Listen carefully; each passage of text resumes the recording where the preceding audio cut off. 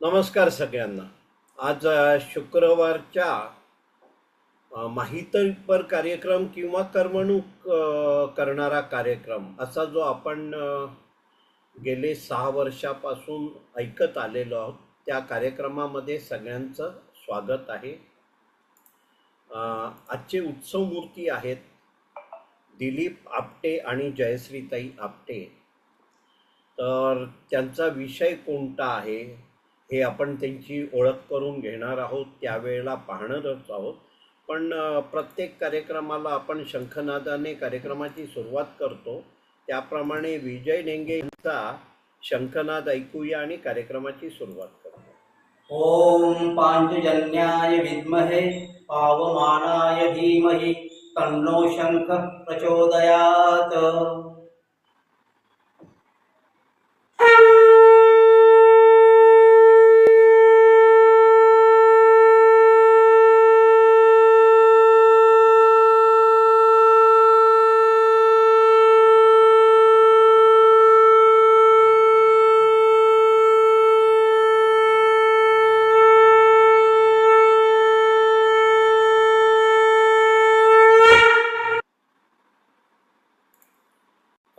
विजय ढेंगे यांचे खूप खूप आभार.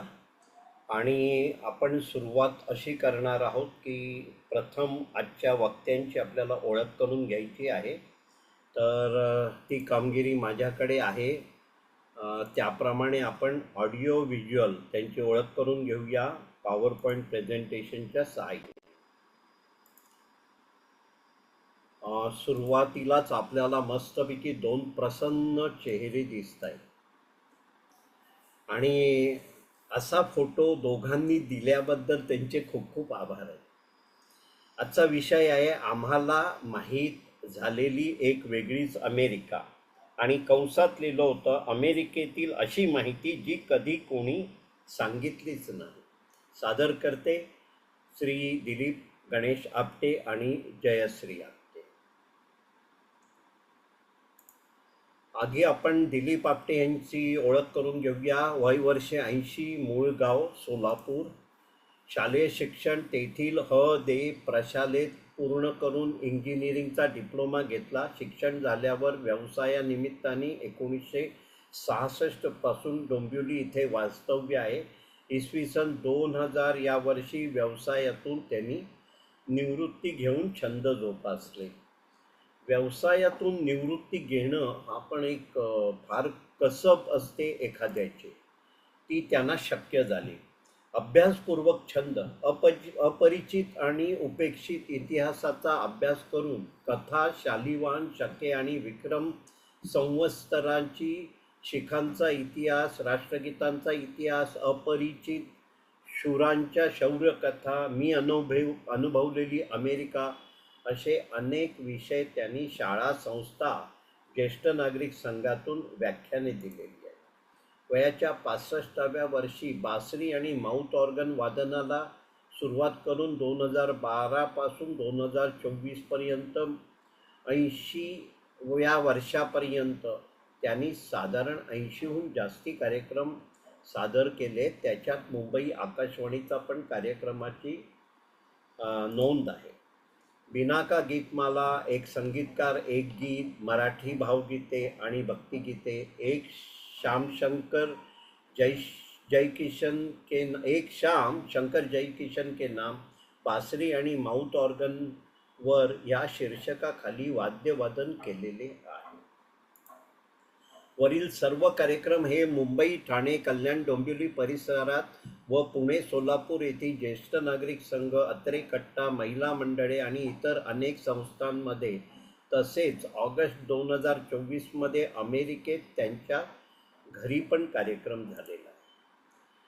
कराओकेवरील वाद्यवादनाखेरीज मराठी व हिंदी गाणी गाण्याचा छंद जोपासला आहे. पोवाडा, समरगीते व के.एल. सहगल, पंकज मलिक, जगमोहन यांची अपरिचित गाणी म्हणायला त्यांना खूप आवडते. आपणही बघतो की मुख्यतः मधली सुट्टीमध्ये ते अशी जुनी गाणी आपल्याला ऐकवतात. कराओकेच्या साथीने गीत गायन स्पर्धेत विविध संस्थांतून पारितोषिके मिळवली आहेत. कथाकथन, नाट्यछटा, सादरीकरण, प्रश्नमंजुषा यामध्ये सहभाग व त्यात अनेक पारितोषिक त्यांना मिळालेली आहेत. आता आपल्याला 4 उपक्रम बघायचे आहेत. हे गेल्या 4 वर्षातले आहेत, आपल्याला परिचित आहे. पहिला उपक्रम आहे 4 वर्षापासून संगीतातील 52 रागांची माहिती दर आठवड्याला एक प्रमाणे देऊन त्या रागावर आधारित मराठी व हिंदी गीतांचा तपशील देण्याचा कार्यक्रम 52 आठवड्यात त्यांनी पूर्ण केला. दुसरा आहे दर आठवड्याला एक याप्रमाणे तब्बल 43 आठवडे प्रत्येक बुधवारी बिनाका गीतमालेच्या त्या वर्षातल्या 32 गीतांचा तपशील देऊन पहिल्या क्रमांकाच्या गाण्याची लिंक कॉमेंट्रीसह पोस्ट करीत होते ते. तिसरा उपक्रम आहे 2024च्या गुढीपाडव्याच्या मुहूर्तावर दिव्य संगीतमाला नावाने आणखी एक कार्यक्रम सुरू केला आहे. तो आजही आपल्याबरोबर चालू आहे. यामध्ये दर मंगळवारी बासरी वादन, माऊथ ऑर्गन वादन, वैयक्तिक गीत गायन आणि यूट्यूबच्या फिमेल कराओके सोबत गाणे म्हणणे असे एकूण 52 आठवड्यात 52 कार्यक्रम त्यांना पुरे करायचे आहे.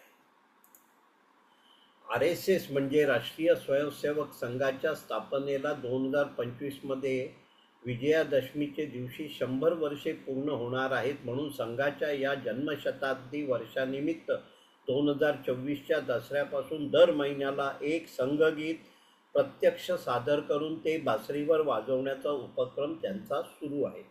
आता हे 4ही उपक्रम आहेत. आपल्या ग्रुपवर त्यातले 3 येतच आहेत. त्याचप्रमाणे इतर ग्रुपवर जातात. त्यांच्या सोलापूरच्या मित्रमंडळी, शाळेच्या मित्रमंडळींच्या ग्रुपमध्ये किंवा इतर ठिकाणी हे कार्यक्रम पण जात असतात. आता आपण परिचय करून घेणार आहोत जयश्रीताई आपटे यांचा. वय वर्षे 74, मूळ गाव सोलापूर, पूर्वाश्रमीच्या सुहासिनी दाते. शिक्षण BCom. कॉलेजमध्ये असताना kho kho, kabaddi, badminton, table tennis या खेळांच्या स्पर्धातून त्यांचा सहभाग होता.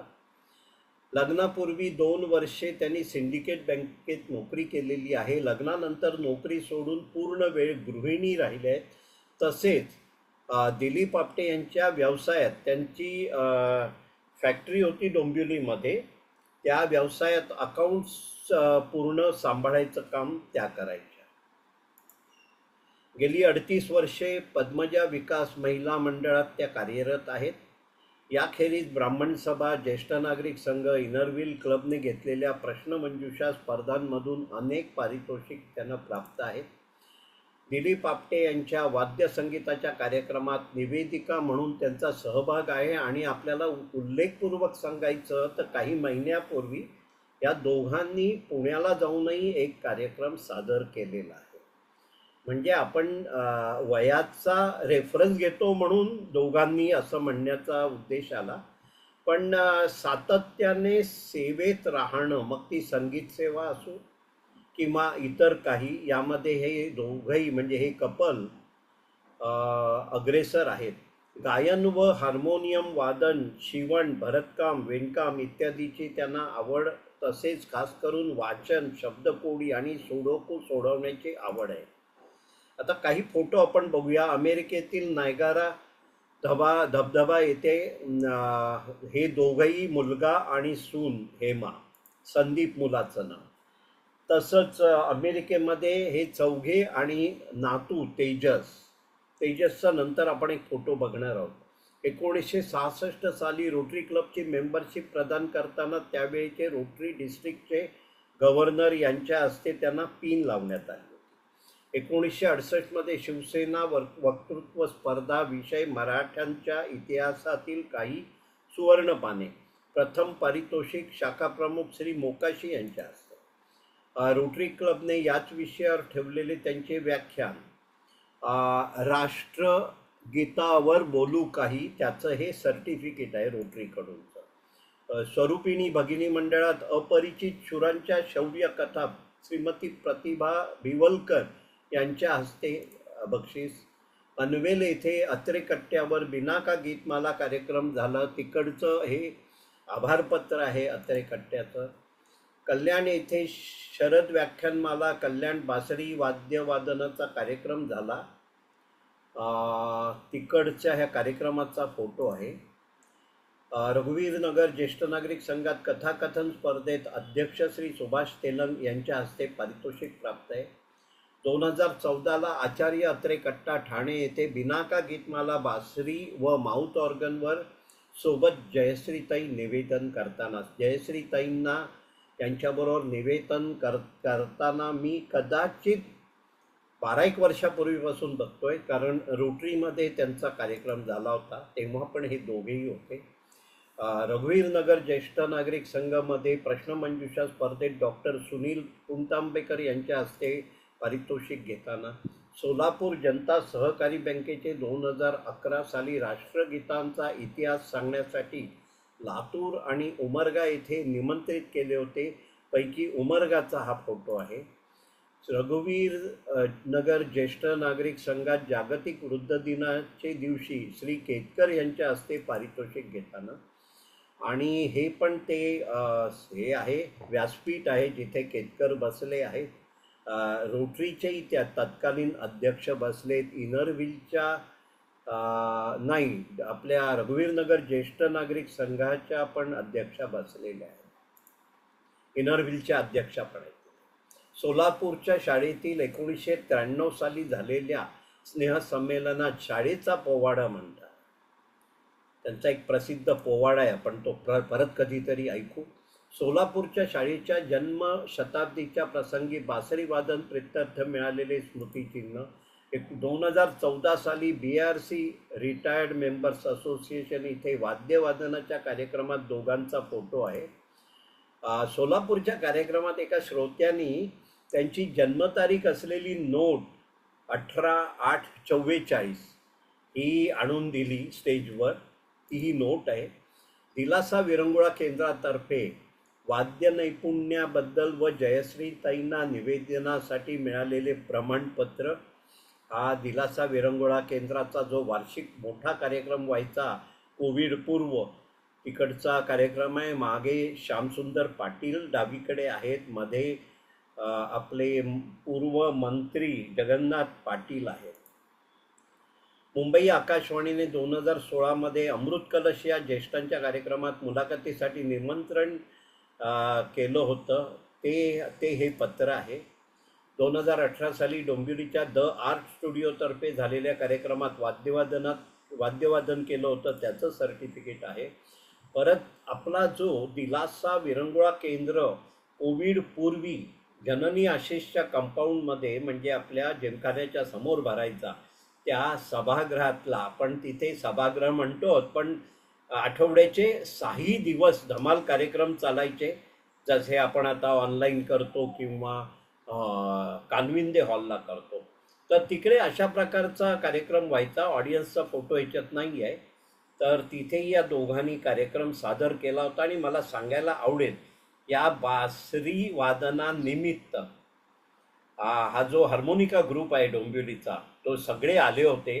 आणि त्याच्यात आपले शरद अग्निहोत्री आले होते. आणि शरद अग्निहोत्रींचा आपण आधार घेतला आणि संगीत सेवा, संगीत शाळा, आपल्या दिलासा विरंगुळा केंद्राची जी सुरुवात झाली त्याला निमित्त आहे हा कार्यक्रम दिलीप आपटे यांचा. आणि परत अशा हसतमुख चेहऱ्यांना घेऊन आपण पुढे जाऊया. आजचा विषय आहे आम्हाला माहीत झालेली एक वेगळीच अमेरिका. आता आपण काय करूया, पुढची सगळी सूत्र आपण दिलीप आपटे आणि जयश्रीताई आपटे यांच्याकडे देऊया. हा, जयश्रीताई, जर आमचा आवाज ऐकू येतोय का तुम्हाला? हो, व्यवस्थित येतोय. हा, कारण तुमचा आम्हाला फार कमी येत होता म्हणून विचार. ठीक आहे, काय हरकत नाही. आमचा येतो म्हटल्यावर प्रश्न नाही येणार. कोण सुरुवात कशी करताय तुम्ही ते बघा. हा, मी आधी सुरुवात करतो. सुरू करू का? हा, करा ना, सुरुवात करा.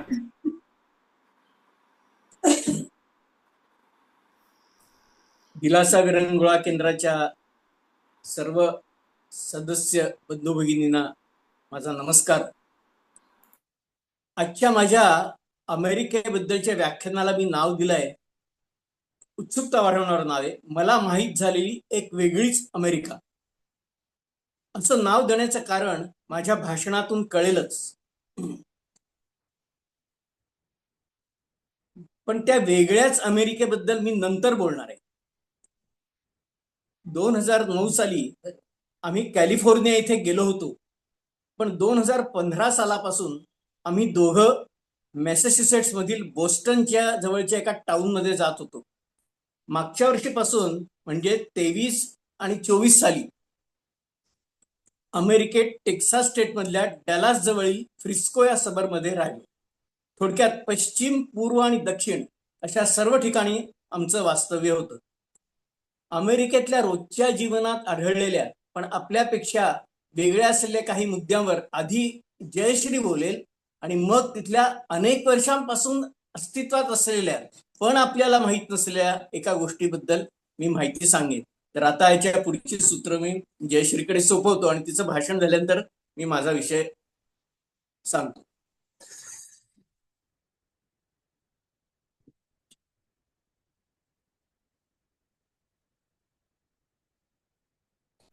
जयश्रीताई, मी केव्हा हा. फोटो दाखवायचे असणार तेव्हा मला सांगा. हो हो सांगते, फोटो म्हणून सांगते. ओके.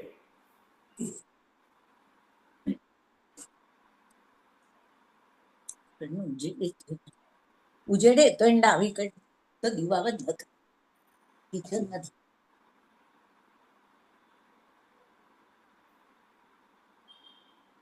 करू सुरू. करा, सुरुवात करा.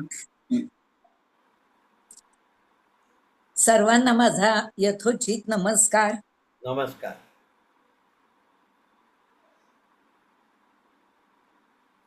आमची यावेळची ही 9वी सफर होती अमेरिकेची. आणि अमेरिका म्हणजे थंड प्रदेश.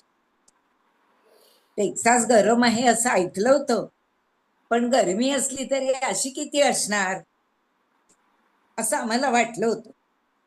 पण आश्चर्य वाटलं की जुलै आणि ऑगस्ट हे 2 महिने एवढा उन्हाळा होता, म्हणजे 40च्या वर टेम्परेचर जायचं आणि आपल्यासारखा दमटपणा नाही. त्यामुळे कोरडी हवा, कुठे आम्ही बाहेरच पडू शकत नव्हतो. म्हणजे अगदी नागपूर, सोलापूर सारखा उन्हाळा. जर तुम्ही बाहेर पडलात तर अक्षरशः हाताला आणि चेहऱ्याला चटके बसायचे. फक्त मग काय करायचं, संध्याकाळच्या वेळेला 7, 7:15 नंतर जरा उन्ह कमी झाली की जवळच्या एका पार्कमध्ये जायचो आणि जरा वेळ बसून गप्पा मारून यायचो. अर्थात तिथे साधारण 8:30 पर्यंत, 8:45 पर्यंत उजेड असायचा, म्हणून हे शक्य होतं. पण नंतर हळूहळू सप्टेंबर, ऑक्टोबर मध्ये उन्हाळा पूर्ण कमी झाला आणि अगदी छान हवा असायची. तर तेव्हा आम्ही व्यवस्थित फिरायला जायचो, उशिरापर्यंत बसायचो. कुठे बाहेर जायचं तरी काही प्रश्न नसायचा. पण ऑक्टोबर सुरू झाला, ऑक्टोबरच्या मध्यानंतर तिथली वेळही बदलते आणि दिवसही लहान लहान सुरुवात झाली. त्यामुळे आमचं 7च्या आत घरात असं सुरू झालं.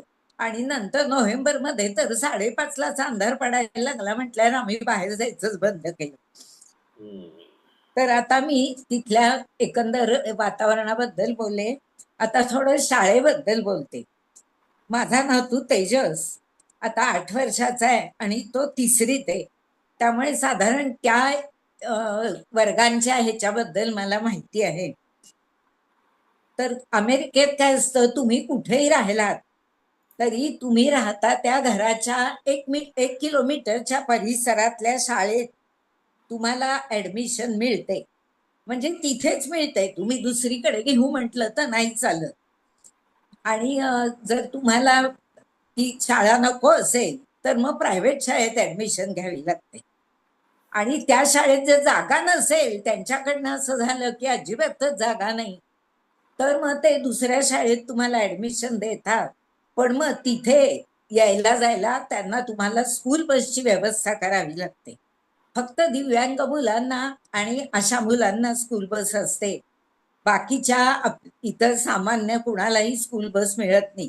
तुम्ही चालत यायचं, चालत जायचं किंवा आपल्या कारनी पालक सोडतात. काही मुलं स्कूटरवर न जातात. तुमचं घर किती अंतरावर आहे ह्याच्यावर अवलंबून असतं. काय असतं, काही वेळेला असं होतं की तिथल्या शाळांना रेटिंग असतं. ते तुम्हाला फोनवर कळतं, गुगलवर, की कुठली शाळा कशी आहे. आणि आपल्या भारतीय लोकांना काय असतं, शिक्षणाचं जास्त, आपलं मुलांचं शिक्षण चांगलं व्हायला पाहिजे अशी आपला दृष्टिकोन असतो. त्यामुळे चांगलं रेटिंग असलेली शाळा हवी असते. त्यामुळे घर बघायच्या आधी आधी शाळा तिथली चांगलं रेटिंग आहे ना हे बघायचं आणि मग तिथे जागा घ्यायची. आणि बरोबर त्यांचंही असंच असतं की जिथे शाळांचं रेटिंग चांगलं आहे तिथली घरं महाग असतात आणि कमी स्कूल रेटिंग असलेली घरं स्वस्त असतात. मग तुम्ही जर स्वस्त असलेलं घर घेतलं, चांगलं थोड्या पैशात मोठं मिळतंय म्हणून, तर मग तुम्हाला ती शाळा नको असेल तर मुलांना प्रायव्हेट स्कूलमध्ये घालावं लागतं. आणि प्रायव्हेट स्कूलची फी जबरदस्त असते. म्हणजे इकडे भरून काढलेले, इकडे स्वस्तात मिळालेलं घर ते पैसे वाचलेले शाळेत जातात. त्यामुळे सहसा सर्वजण जिथे अशी शाळा असते, म्हणजे पब्लिक स्कूल म्हणतात त्याला, ती त्यांच्या आपल्या भाषेत सांगायचं म्युन्सिपाल्टीची शाळा, कॉर्पोरेशन तिथलं ती शाळा चालवतं. तर त्या शाळेतनं पण ती शाळा अत्यंत उत्तम असते. आपल्याला पब्लिक स्कूल म्हटल्यावर म्हणजे मला तरी ते डेहराडून, पाचगणी अशा शाळा आठवतात. पण तिथल्या सगळ्या शाळांना पब्लिक स्कूल म्हणायचीच पद्धत आहे. आणि तिथे अत्यंत चांगली व्यवस्था असते. शाळा मोठाल्या असतात, खूप मैदानं मोठी असतात. आणि शाळेत काय असतं, फ्री असतं सगळं. 12वी पर्यंतचं शिक्षण त्या तिथे फ्री आहे. आणि फ्री असलं तरी असं नाही की अगदीच तुम्हाला सगळं फुकट. शाळा सुरू झालेल्या दिवशी, शाळा सुरू व्हायच्या आधी सगळ्या पालकांना एक यादी पाठवतात आणि त्यात बऱ्याच वस्तूंची यादी असते. म्हणजे अगदी वह्या, पेन्सिली, शार्पनर, रंगपेट्या, खडूपेट्या किंवा फाईल्स, असं सगळ्यांची यादी असते. आणि त्या त्यांनी सांगितलेल्या वस्तू, त्याचे रंग पण त्यांनी दिलेले असतात. ते बहुतेक सगळीकडे मिळतात, त्यांची मोठाली दुकान आहेत स्टेपल्स वगैरे शाळांची. तिथनं घ्यायच्या आणि आपण पहिल्या दिवशी नेऊन द्यायच्या. बरं, आपण दिलेल्या वस्तू आपल्या मुलांना मिळत नाहीत, ते गोपाळकाला कसा असतो ना, सगळे एकत्र करायचं आणि मग द्यायचं, तशी तिथे पद्धत आहे. त्या वस्तू सगळ्या एकत्र ठेवतात आणि शाळेतच असतात त्या सगळ्या, आणि लागतील तशा त्या मुलांना त्यातल्या काढून देतात. मग त्या कोणी आणल्यात वगैरे काही नाही, कुठली जी मिळेल मिळेल ती पेन्सिल घ्यायची असं. त्यामुळे त्यांच्या दप्तरातनं मुलांच्या एक रिकामी फाईल, कधीतरी त्यातनं एखादा कागद येतो, काही गणित शिकवलेलं असेल तर, काही स्पेलिंग टेस्ट झाली असेल तर, काही चित्र काढली असतील तर, असा कागद मधनं मधनं त्यातनं येतो. बाकी दप्तरात काही नसतं, एक रिकामी छोटी फाईल असते आणि आपण दिलेली पाण्याची बाटली आणि शाळेचा डबा. एक कपड्यांचा जोड अगदी पहिल्या दिवशी तिथे एक्स्ट्रा देऊन ठेवलेला असतो शाळेत, कशाला लागला, इमर्जन्सीला बदलायला लागला कशाला तर म्हणून. आणि डबा जो असतो तो एक सकाळी 2:45 ते 3, अगदी KG पासनं 5वी पर्यंत ही शाळेची वेळ, 2:45 ते 3. आणि 7:45ला तुम्ही नाश्ता करून येता असं गृहीत धरलेलं असतं.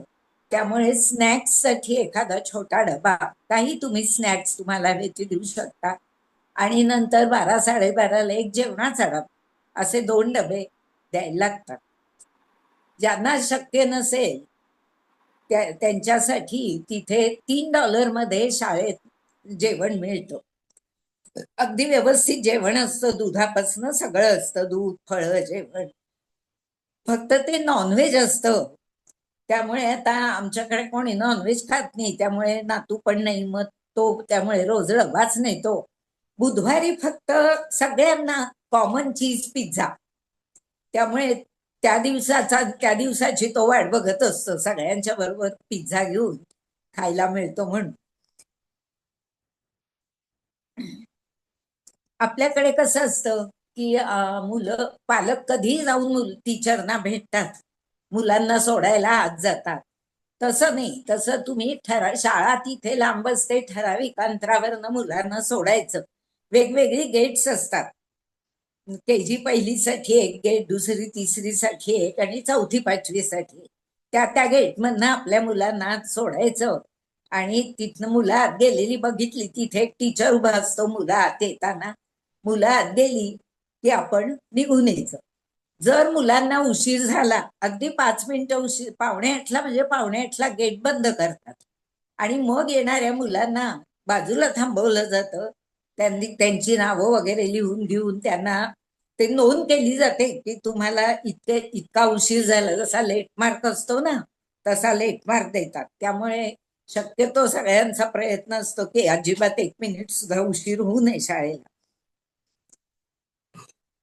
आणि शिक्षकांना भेटायला म्हणून त्यांच्याकडे आपल्याकडे असतात तशाच पालक शिक्षक अशा मीटिंग्स असतात, पण आपल्याकडे एकत्र असतात तसं नाही.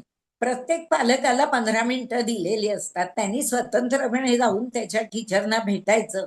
मग त्या टीचर सांगतात तुम्हाला की काय बुवा तुमच्या मुलाची कशी आहे प्रगती, त्याचं काय चुकतंय किंवा त्यांनी काय करायला पाहिजे ते सांगतात आणि आपणही आपल्याला वाटतील ते प्रश्न आपण त्यांना टीचरना विचारू शकतो.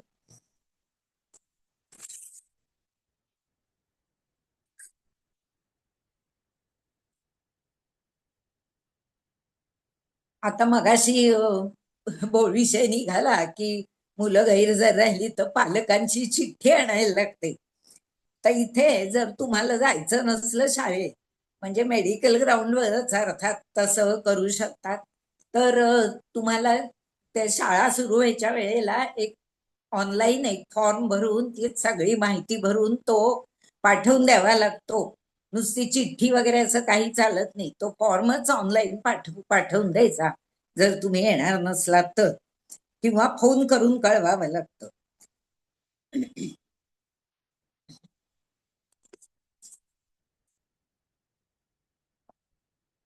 ज्या वेळेला शाळा भरते त्यावेळेला तिथला जो मोठा रस्ता असतो किंवा त्या शाळेच्या आजूबाजूचे सगळे रस्ते, त्याच्यावरची जी काय म्हणतात त्याला ट्रॅफिक असतो, तर तो नियंत्रण करायला तिथे पोलीस असतो. नाहीतर सहसा तिथे पोलीस असे रस्त्यावर कधी नसतात, पण शाळांच्या जवळ ते असतात सकाळी आणि दुपारी सुटायच्या वेळेला पण. म्हणजे इतर वेळेला जर 75 किलोमीटर त्या रस्त्याची वेग मर्यादा असेल तर त्यावेळेला 25 ते 30 किलोमीटर असते. आणि कोणीही जर स्पीडनी कार चालवताना दिसलं तर लगेच त्याचं तिकीट फाडलं जातं. आपल्यासारखं बघा काहीतरी समजून घ्या वगैरे असं काही चालत नाही. तर ते पण लोक तिथे एकदम सतर्क असतात, कारण त्यांना पण हवेच असतात ना, म्हणजे फाईन करायला हवाच असतो. तिथलंही सरकार असलं तर त्यांना पैसे हवेच असतात. शिवाय शाळेतल्या 2 शिक्षिका किंवा कोण स्टाफ असेल कोणी, ते 2-3 ठिकाणी हातात एक फलक घेऊन उभे असतात की शाळेचा रस्ता आहे, वाहनं सावकाश चालवा.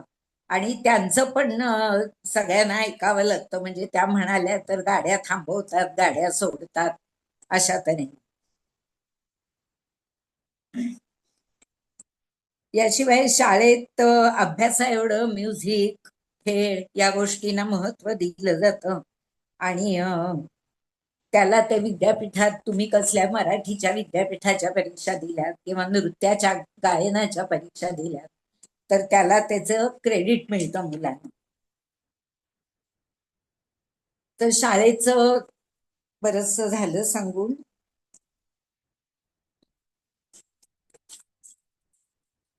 तर आपण तर शाळेचे जरा फोटो बघूया, साधारण शाळा कशी असते. सर फोटो दाखवताय का?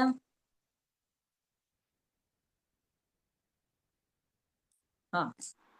हा. तर ही आता माझा नातू जातो, ती शाळा आहे, तर पूर्ण दिसत नाहीये. तर उजवीकडे गेट आहे, तिथनं काही मुलं जातात. या खिडक्या दिसत आहेत त्याच्या बाजूला एक गेट आहे, तिथनं काही मुलं जातात. सगळी शाळा बैठी आहे आणि बाहेरनं खूप मोठी दिसत नाही, पण ती आतल्या बाजूला खूप आहे. तिथे कॅफेटेरिया आहे मोठा आणि डब्याची हे सांगायची म्हणजे डबा खायला कॅफेटेरियात जाऊनच डबा खावा लागतो. असं वर्गात बसून चालत नाही. स्नॅक्स वर्गात खायचे आणि डबा खायला सगळ्या मुलांनी त्यांची वेळ ठरलेली असते प्रत्येक इयत्तेची. त्या त्या वेळेला जाऊन तिथे डबा खायचा, काय पाणी प्यायचं, असा हात धुवायचे वगैरे, आणि 20 मिनिटात तुम्हाला ती वेळ दिलेली असते. मग ती झाली की दुसरा वर्ग येतो. साधारण एका वर्गात त्यांच्याकडे 20च मुलं असतात. अगदी मॅक्झिमम खूपच म्हणजे गर्दी झाली तर 24 पर्यंत घेतात. आणि तेवढीच टेबल आणि प्रत्येक टेबलाच्या भोवती 4 खुर्च्या अशीच बसायची सोय असते. बेंच नसतात आपल्यासारखी. आणि तशीच मग मुलं आपापसात चर्चा करायची तर चर्चा करतात, बोलतात. पुढचा फोटो दाखवू. पुढचा दाखवा. हा कॅफेटेरिया आहे. इथं मुलं जेवायला बसलेली आहेत. आणि एक टीचर तिथे देखरेख करायला असते.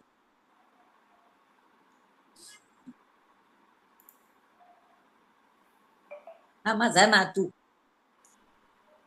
दप्तर भलं मोठं असतं पण रिकामच असतं. बरं, आपण शाळेच्या ह्याच्यातून बाहेर पडूया हो फोटोतून. हो. करा सुरुवात. हा सर, ठीक आहे ना? एकदम परफेक्ट, व्यवस्थित हा चाललेलं आहे. हा. आता आपल्या भाषेबद्दल जरा सांगते की आपल्या मराठी कुटुंबातल्या सुद्धा लहान मुलांना तिथे मराठी नीट बोलता येत नाही. कारण काय असतं, आई जर नोकरी करणारी असेल तर आई कामात असते, वडील कामात असतात, आणि ते आपापसात खूपदा इंग्लिशमध्ये बोलतात, मुलांशी पण इंग्लिशमध्ये बोलतात. मुलांना त्यांना असं वाटतं आणि काहींना की आपण मुलांशी इंग्लिशमध्ये बोललो तर शाळेत मुलांना सोपं जाईल, चांगलं जाईल. पण आमच्याकडे बॉस्टनला असताना त्या तेजसच्या ज्या केजीच्या टीचर होत्या, त्यांनी सांगितलं होतं की तुम्ही काही काळजी करू नका, तुम्ही मुलांची घरात तुमच्या लँग्वेज मध्येच बोला, शाळेत आपोआप ती सगळं बोलायला लागतात. आणि तसंच झालं ना, तो अगदी आता शाळेत उत्तम इंग्रजी बोलू शकतो. आणि मराठी मात्र तो, आम्ही सगळेच घरात त्याच्याशी मराठी बोलतो, त्यामुळे तो अगदी अस्खलित मराठी बोलतो. त्यामुळे तिथे सगळ्यांना त्याचं, मराठी फॅमिलीज आपल्या आहेत त्यांना सगळ्यांना इतकं कौतुक वाटतं की इतकं छान कसं हा मराठी बोलतो. बरं, बोलतोच असं नाही तर सगळी मुळाक्षरं काढू शकतो, सगळ्या संख्या लिहू शकतो. म्हणजे त्याला 839 लिहून दाखव म्हटलं तो मराठी आकडे 839 काढू शकतो. वा वा. हं. फक्त असं घडाघडा वाचता येत नाही, कारण सवय नाहीये. आणि आता जसं जसं मोठी होतात ना तसा आळस करतो. मागच्या वेळेला मी गेलो होतो तर हौशीने वाचायला बसायचा. यावेळी म्हटलं तर आजी आज नको ना, आपण उद्या वाचू ना, आपण हे खेळू ना, आपण ते खेळू ना, असं. म्हणजे हळूहळू त्यांचं सगळेच लिहायला काहीच मराठी नाही ना तिथे, वाचायला लिहायला. त्यामुळे मग ते जरा थोडस हे होतं त्यांचं, डिटॅच होतात त्यापासून.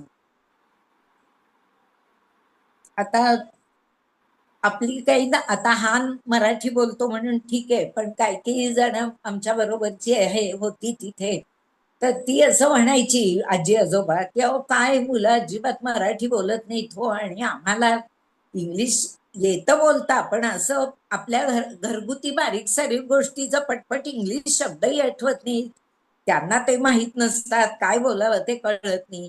त्यामुळे थोडस मग असं दुरावा निर्माण होतो एक प्रकारचा, बोलणार मराठी बोलता आलं नाही. तर आता मी घरांच्या बद्दल सांगते तिथल्या. आधी घर दाखवताय का सर, का मग दाखवाल? तुम अगोदर दाखवतो ना. हा दाखवा.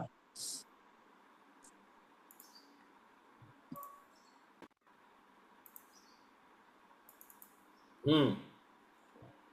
हा, तर हे इथलं तिथलं एक मजली घर आहे, म्हणजे तळमजला असलेलं. फक्त आम्ही सध्या राहतो ते असंच घर आहे.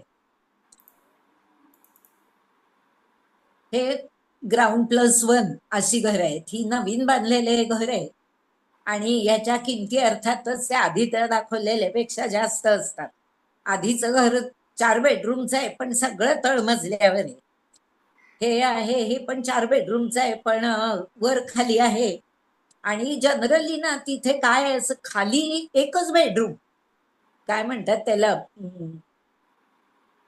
कसली मोठी असते ती, म्हणजे जोडप्यासाठी प्रायमरी बेडरूम म्हणून जी असते ती खाली असते आणि मोठी असते, त्याला खूप क्लोजेट मोठं अमकं ढमकं.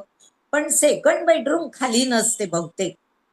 आणि आपण दुसऱ्या खोल्या काही ऑफिससाठी असतात, काही असतात, त्याची जर बेडरूम करावी म्हटलं तर तिथे जे टॉयलेट असतं ते फक्त टॉयलेट असतं, बाथरूमची सोय नसते खाली. म्हणजे मग आता आमच्यासारख्यानं जायचं म्हटलं तर आता आमचं जे आम्ही आता राहतो रेंटवर, ते पहिलं दाखवलं तसं 4 बेडरूम तळमजल्यावर, त्यामुळे बाथरूम सगळ्यात, दोन्ही बाथरूम सगळं तळमजल्यावर. पण ह्या घरात, अशा घरात.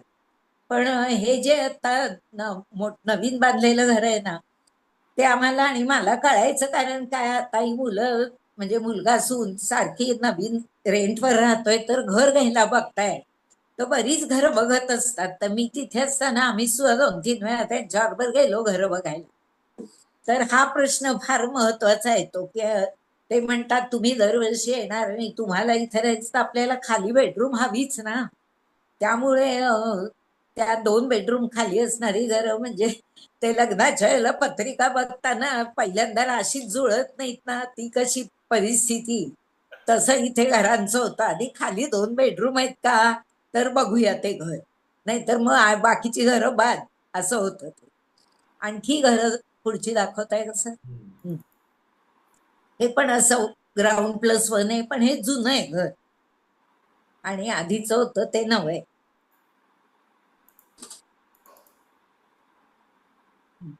हे जरा एक वेगळ्या पद्धतीचं आहे, म्हणजे खूप असं वरचं त्रिकोणी उंच आहे बघा, म्हणून मी ते दाखवलं.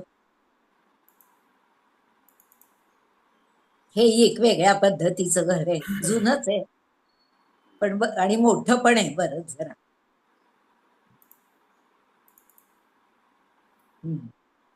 ही आता नवीन बांधलेल्यांपैकी आहे, पण हे ना असं रो हाऊस टाईप आहे, म्हणजे 2-2 घरं जोडून अशा टाईपची घरं असतात काही काही, आता अशा बांधतात ती.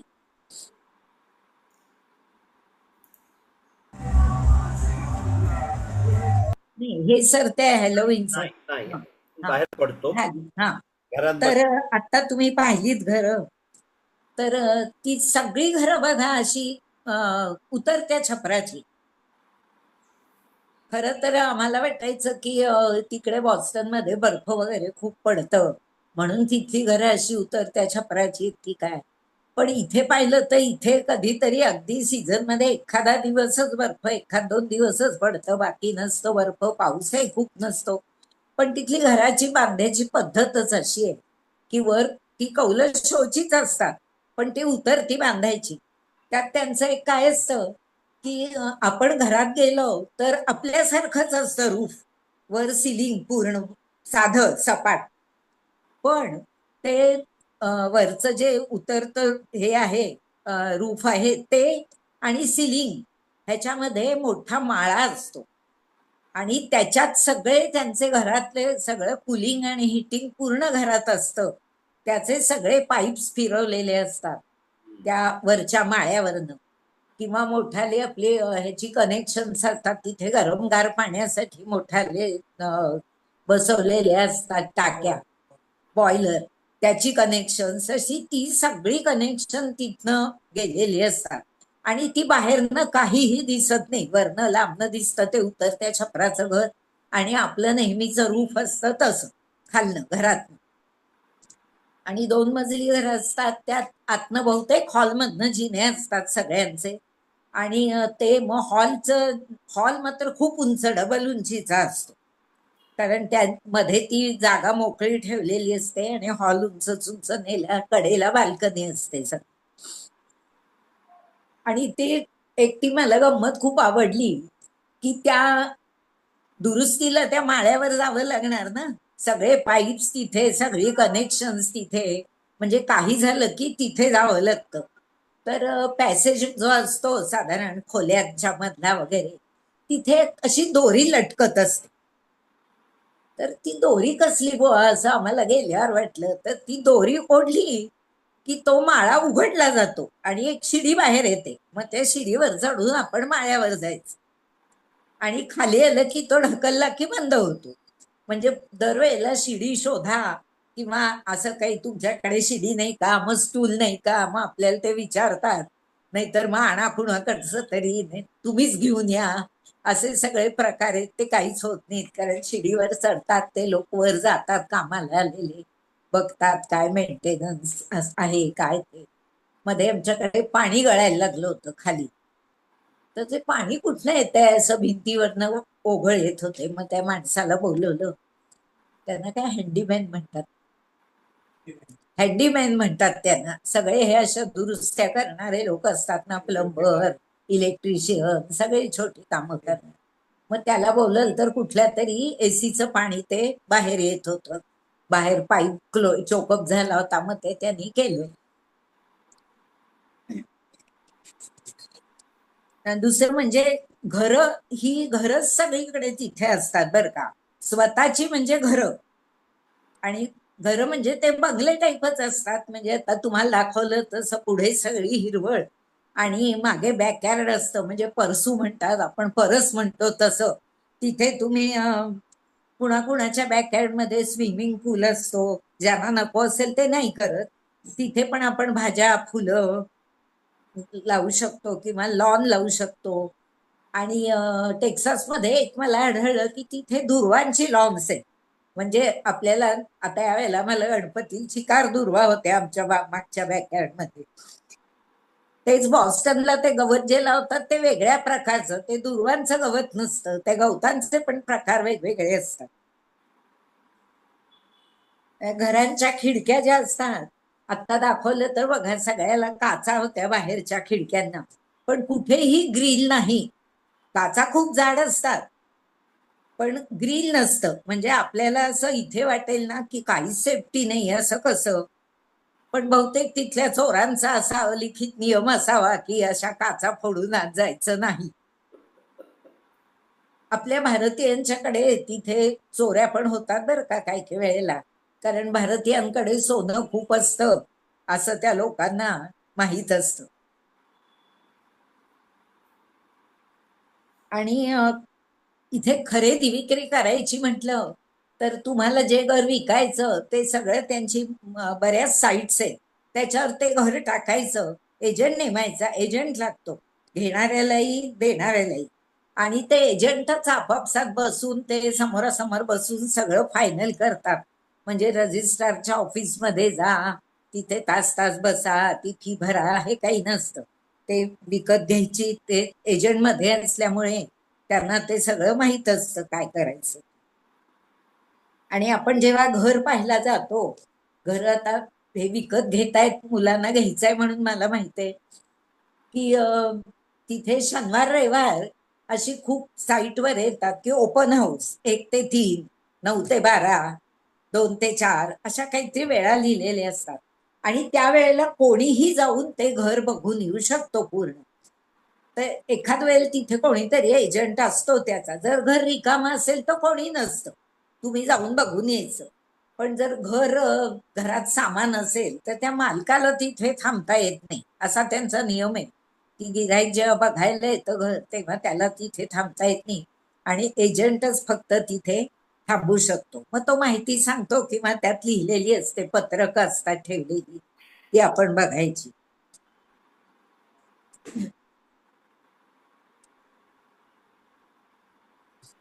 हा, कुठलंही घर घेताना त्यांना लोन मात्र लगेच मिळतं. म्हणजे घर तुम्ही पसंत केलं की 5-6 दिवसात तुम्हाला लोन देतात बँका. आणि सगळी माहिती, म्हणजे ते काय म्हणतात, खोटं आहे का ते रजिस्ट्रेशन, टायटल क्लिअर आहे की नाही, हे असं काही भानगड नसते. ते सगळं क्लिअर असतं, ते एजंटकडे सगळी माहिती असते. त्यामुळे बँकांची लोनही लगेच मिळतात आणि पटकन व्यवहार होऊन जातो. आणि दुसरं म्हणजे पाणी येतं का हो 24 तास, लाईट आहेत का, इथे जातात का, असा काही प्रश्न नसतो. कारण अमेरिकेत प्रत्येक घरात 24 तास पाणी नळाचं येतच, आणि गरम आणि गार पाणी दोन्हीही सगळीकडे असतंच, कारण त्यांना लागतंच ना. कारण मायनसच टेम्परेचर थंडीत 15 पर्यंत, -15 पर्यंत जातं. त्यामुळे गरम पाणी अत्यंत आवश्यक असतं, त्यामुळे तो प्रश्न येत नाही. आणि साधारण 2 गॅरेजेस प्रत्येक. आपण ज्याला बंगला म्हणतो ना त्याला ते हाऊस म्हणतात. त्यामुळे हाऊस फॉर सेल असा शब्द तिथे वापरतात. आणि घर म्हटलं की त्यांना अपार्टमेंट वाटतात, रेंटल अपार्टमेंट. मोठाली अपार्टमेंट चिकार बांधलेली असतात, त्याच्या घरासमोर आपलं ह्याच्यातलं MIDCतलं ग्राउंड आहे तशी मोठाली ग्राउंड पार्किंगसाठी असतात. कारण चिकारात एकेका बिल्डिंगमध्ये 100 फ्लॅट्स असतात, त्यामुळे 200 कारसाठी तरी ते पार्किंग त्यांना लागतंच द्यायला. त्यामुळे मग रेंटल म्हणजे सगळे फ्लॅट्स म्हणजे रेंटल. आणि घरं रेंटल पण असतात आणि आपली स्वतःची पण असतात. अजून तिथे फ्लॅट्स विकायला लागले नाहीत, ओनरशिपचे फ्लॅट्स सुरू झाले नाही. फक्त त्या घरातनं मात्र गॅरेजेस ओपन असतात. सगळं ओपन ठेवावे लागतात, गाड्या पावसात भिजतात, बर्फ पडतो, सगळं होतं. पण घरांची गॅरेजेस क्लोज असतात आणि ती रिमोटनी उघडता बंद करता येतात.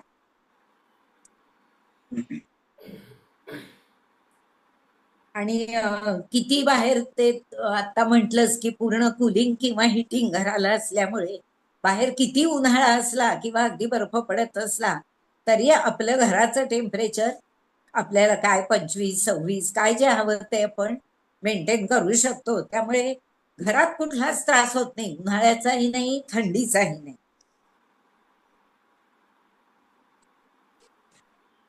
तर आता हा विषय बंद करून मी पुढच्या विषयाकडे वळते.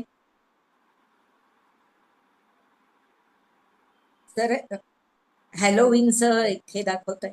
हो हो.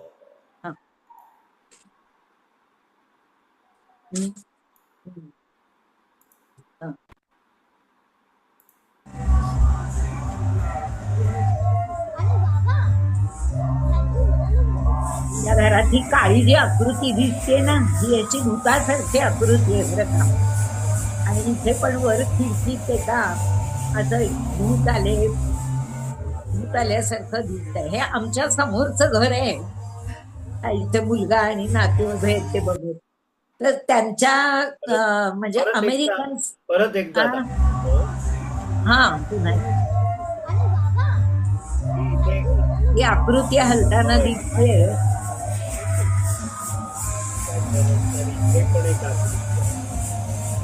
हा बाहेर काही काही भोपळे आकार करून काही काही चेटकिणी भूत अशी आकृत्या पण उभ्या केलेल्या असतात, लाइटिंग पण केलेलं असतं.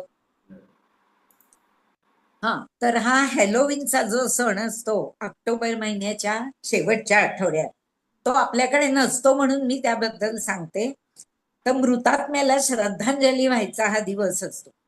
त्या लोकांची अशी श्रद्धा आहे की या दिवशी मृत नातेवाईक किंवा मित्रमंडळी त्यांना प्रेमाने भेटायला येतात, पण ती येतात भूत बनून आणि त्यांच्याबद्दल आदर व्यक्त करण्यासाठी हा दिवस असतो. म्हणून ते घरांसमोर अशा विविध प्रकारच्या आकृत्या उभ्या करतात किंवा असं भारलेलं घर असावं असा देखावा निर्माण करतात.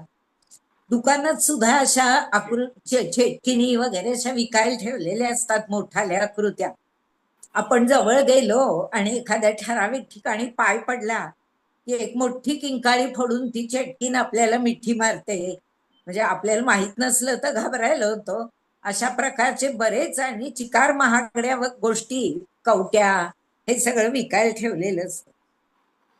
आणि त्या दिवशी असे मुखोटे घालून भूतांचे किंवा भीतीदायक असे मुखोटे घालून लहान मुलं, मोठी माणसं भयानक काळे विळे असे विचित्र पोशाख करून, जादूगाराचे असे पोशाख करून घराबाहेर पडतात संध्याकाळी अंधार पडल्यावर. आणि शेजारी किंवा आपल्या लेन मधल्या लोकांच्याकडे जाऊन बेल वाजवतात. आणि ज्या घराच्या समोर लाइटिंग असेल किंवा जिथे एखादा भोपळा दिवा लावून डोळे कोरून वगैरे ठेवलेला असेल अशाच लोकांकडे ते जातात. उगीच कुणाच्या इकडे जाऊन नाही बेल वाजवत. तर अशाकडे बेल वाजवतात आणि दार उघडल्यावर ते विचारतात ट्रिक ऑर ट्रीट. मग तुम्ही ट्रीट देणार आम्हाला का आम्ही ट्रिक करू, म्हणजे जादूटोणा करू तुमच्यावर असं. मग असं म्हटल्यावर आपण त्यांना कॅन्डी किंवा चॉकलेट द्यायची. आणि ही 4-5 जणांचं टोळकं असतं. ते प्रत्येक घरातून अशी चॉकलेट मिळतात म्हणून अक्षरशः हातात बादली घेऊन हिंडत असतात आणि बादली भरभरून चॉकलेट्स कॅन्डीज सगळं घरी घेऊन जातात आणि मुलं मोठ्या अभिमानाने आपली कमाई दाखवतात. अर्थात ते लोक घरात येत नाहीत, बाहेरच उभे असतात. आपणच बाहेर जाऊन त्यांना ते हे द्यायची, चॉकलेट्स द्यायची. त्या भोपळ्याला या सणाला फार महत्व असतं. त्याला त्याच्या डोळे, नाक, चेहरा असा सगळा करून त्यात दिवा लावून ठेवतात आणि त्या भोपळ्याचा पाय तो पण करून खूप खूप ठिकाणी विकायला ठेवलेला असतो दुकानात. असं केक टाईप काहीतरी असतं भरलेलं, त्याचा भोपळ्याचा लगदा करून गोड केलेला पदार्थ हा विकायलाही ठेवलेला असतो, भोपळेही विकायला ठेवलेला असतो. आणखी कोणीतरी अशी माहिती सांगितली की असं केल्यामुळे म्हणे आपल्याला वाटणारी भूताखेताची भीती कमी होते, म्हणून पण असं करतात लोक. तर आता आपण पुढच्या विषयाकडे जाऊया. आता छोटे छोटे काही तिथे विषय असलेले आपल्याला माहिती नसलेले सांगते. आता मेडिकल सर्व्हिस आपल्याकडे कसं छान असतं, काही व्हायला लागलं आपल्याला स्पेशालिस्ट कडे जायचं असलं, साध्या डॉक्टरकडे जायचं असलं म्हणजे फॅमिली डॉक्टरकडे, तर आपण केव्हाही उठून त्या वेळात जाऊ शकतो.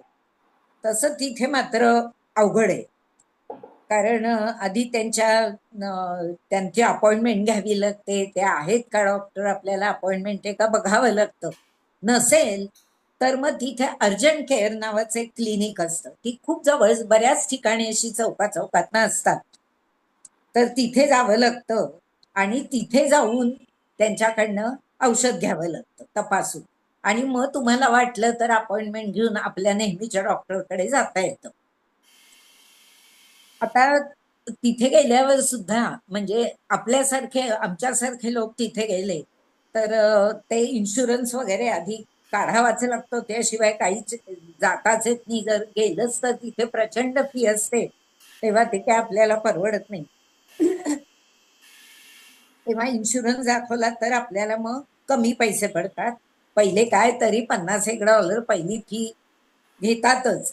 त्यांचं काय म्हणणं असतं, आपल्याला वाटतं 50, त्यांना एवढे वाटत नाही, आपल्याला $50 म्हणजे अरे बापरे, अरे बापरे, $4,000 द्यायचे असं आपल्याला वाटतं. पण त्यांच्याकडे सुद्धा त्यांना ते पहिले पैसे द्यावे लागतात. तुमचा जर खूप मोठा इन्शुरन्स असेल तर तुम्हाला पहिली फी अगदी कमी पडेल, आणि तुमचा बेताचा इन्शुरन्स असेल तर मग तुम्हाला पहिले बरेच 150-200 पर्यंत डॉलर तुम्हाला पहिले खर्च करावे लागतात. का तर त्यांचं म्हणणं उगीच उठसूट लोक डॉक्टरकडे जातात आणि ते जाऊ नयेत म्हणून म्हणून ते असं करतात की पहिल्यांदा जास्त पैसे घ्यायचे आणि मग पुढचा खर्च त्याच्यावरचा 1000च्या वर सगळा खर्च आम्ही करू, पण आधीचा तुम्ही करायला पाहिजे, अशी काहीतरी त्यांची पद्धत आहे. ही जी अर्जंट केअर असतात ती रात्री 8 पर्यंत उघडी असतात, आणि आपल्याला त्याच्यानंतर जर कुणाला काही रात्री व्हायला लागलं जायचं असेल तर इमर्जन्सी रूम म्हणजे हॉस्पिटलच असतं ते, तिथे जावं लागतं. ते 24 तास उघडं असतं. आणि औषधं म्हटलं तर ते सुद्धा आपण अर्जंट क्लिनिकमध्ये गेलं तर तिथे औषधं आपल्याला मिळतच नाही, ते लिहून देतात. ते प्रिस्क्रिप्शन आपल्याला विचारतात की तुमचं कुठे आहे, म्हणजे तुम्ही कुठं घेता, वॉलमार्टमध्ये आहे का, CVS फार्मसी आहे का, कुठल्या दुकानाचं नाव त्यांना सांगायचं. मग त्यांच्याकडे ते डायरेक्ट पाठवून देतात प्रिस्क्रिप्शन. मग तिथे 2 तासाने आपण जाऊन ती औषधं घेऊन यायचं, पैसे देऊन काय जे असतील. इतर सुद्धा औषधं आपल्याला पटकन लागली, आपल्याला बुवा नाव माहित आहे तर आपण घेऊन येऊ औषध, आपलं बीपीचं किंवा ऍसिडिटीच्या गोळ्या किंवा आणखी काय अँटीबायोटिक्स असे अजिबात कुठलंही औषध मिळत नाही. फक्त क्रोसिन किंवा कोप सिरप,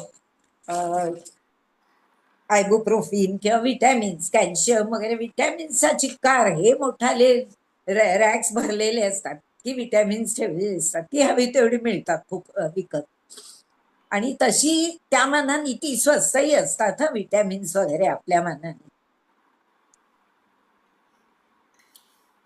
हा आता त्यामुळे काय होतं की आम्ही आमची 6 महिन्याची औषधं सगळी बीपीची म्हणा किंवा यांची काही असतील कुठली औषधं ती सगळी आम्ही बरोबर घेऊन जातो. म्हणजे मग तिथे काही डॉक्टरकडे जायला नको, दाखवायला नको, काही भानगडच नको असं.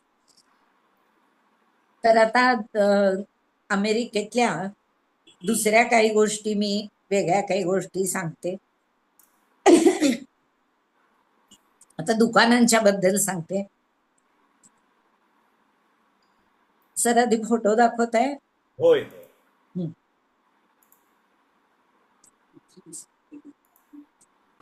नाही ते थोडा फाटा हम्म. हा.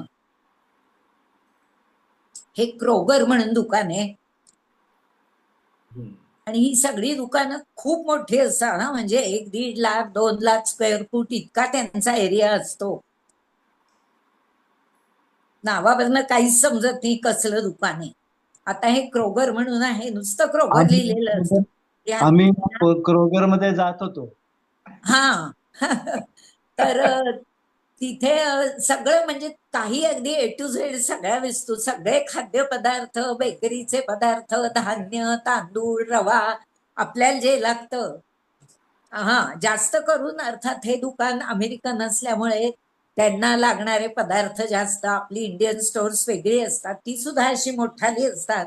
आणि तिथे अक्षरशः आपल्याला लागणार काही म्हणजे अगदी इडली रवा, साधा रवा, पोहे, इथे न मिळणाऱ्या वस्तू सुद्धा तिथे मिळतील, इतक्या वस्तू मिळतात. हम्म. पुढचं दुकान दाखवतायस. आता हे वेल्स फार्गो लिहिले, हे जरा छोटं आहे थोडं, पण नुसतं वेल्स फार्गो बाकी काही लिहिलेलं नसतं. तर ही मोठी बँक आहे, मला वाटतं जगातली 1-2-2-3 नंबर मधल्या पहिल्या किंवा पहिली सुद्धा असेल, इतकी मोठी बँक आहे ती. पण बाहेर बँक असं सुद्धा लिहित नाहीत बघा, वेल्स फार्गो झालं. म्हणजे आपल्यासारख्या नवीन माणसाला हे काय आहे असा प्रश्न पडतो ना. पुढचं हे लोज म्हणून दुकान आहे. हे बाहेर खुर्च्या वगैरे ठेवले आहेत बघ. हे खूप मोठं हार्डवेअर किंवा सगळं फर्निचर, फळ्या, शेल्फ्स असं सगळं ह्या दुकानात मिळतो. पण नुसतं लोज लिहिलेलं असतं. आता आपण खुर्च्यांवरनं वगैरे समजायचं की इथे बहुतेक असं काहीतरी मिळतं. ही दुकानं सुद्धा इतकी प्रचंड असतात आणि एवढाली उंच शेल्फ आणि त्या मोठाल्या तिथे आपल्याला हव्या त्या मापाच्या फळ्या वगैरे कापून मिळतात. आणि सगळं सामान म्हणजे इक्विपमेंट जी असतात, सुतारकाम किंवा बागकाम, त्याची मशिनरी छोटी छोटी, ती सगळी या दुकानातनं ठेवलेली असते. आपण फोटोमधून बाहेर पडतो आहोत. हा. हा हा तर ही बरीच ही दुकानं असतात. ती क्रोगर कसं आहे तशी वॉलमार्ट, टार्गेट किंवा आणखी काय त्याचं नाव जीबी काय हा तर बेस्ट बाय म्हणून एक दुकान आहे. बऱ्याच ठिकाणी त्याच्या ब्रँचेस आहेत. पण नुसतं बेस्ट बाय बाहेर लिहिलेलं असतं ते सगळं इलेक्ट्रॉनिक्सचं दुकान आहे.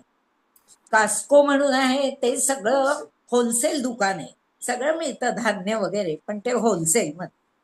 अशी बरीच दुकानं आहेत. आणि बाकी वेगवेगळ्या भागात असणारी ही खूप मोठाली, पण ती ठराविक ह्याच्यात बीजेस म्हणा, वेगमन म्हणा, ही सगळी अमेरिकन दुकानं. त्यांच्यात जास्त करून त्यांच्या लोणी, चीज, म्हणजे इतकं लय मोठाले ठोकळे असतात, लाकडी ठोकळे असावेत तसे चीजचे वगैरे, हे एवढे मोठे ठोकळे. त्या लोकांना तेच जास्त खायची सवय, त्यामुळे तसे असतात. ब्रेडचे शेकडो प्रकार असतात. बेकरीचे खूप प्रकार दुकानात मिळतात.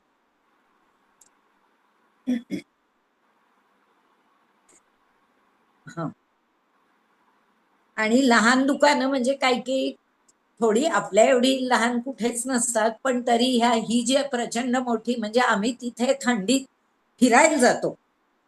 सगळे पूर्ण नखशिकांत पोशाख करायचा, गरम कपडे घालायचे, गाडीत बसायचं, दुकानाशी उतरायचं आणि दुकानातच 2 चकरा मारायच्या. कारण आपलं मोठं ग्राउंड असतं, तेवढी ती दुकानं असतात, त्यामुळे 2 चकरा मारल्या की आपलं फिरणं होतं. लहान दुकानं म्हणजे जरा सलून असतात, ती जरा लहान असतात. म्हणजे हेअर कटिंग सलून किंवा नखांसाठी नेल्स म्हणून स्पेशल नखांची काय शोभा वाढवणारी वगैरे दुकानं असतात. पेट्रोल पंपावरची दुकानं असतात, ती जरा थोडी लहान असतात. आणि सगळ्या दुकानांचं एक वैशिष्ट्य की तिथे तुम्ही कुठेही जा, सगळीकडे टॉयलेटची सोय असते. म्हणजे तुम्ही तिथे घ्या वस्तू न घ्या, नुसतं दुकानात शिरून तुम्ही टॉयलेटला जाऊन बाहेर आलात तरी कोणी काही म्हणत नाही. कारण तिथे कंपल्सरीच आहे त्यांना प्रत्येक दुकानात. आता मोठ्याल्या दुकानात तर जास्त असतात 4-4 टॉयलेट, पण आणि अत्यंत स्वच्छ असतात आणि पाण्याचा काही प्रश्नच नाही, 24 तास पाणी असल्यामुळे. त्यामुळे कुठेही बाहेर पडलं ना तरी असं वाटत नाही आपल्यासारखं की अरे बापरे आता घरी जसतोवर आपल्याला नाही मिळायचं जायला, असं होत नाही. कुठेही तुम्ही वाटे दुकानात जाऊ शकता. ती एक सोय मला तिथली अतिशय आवडली.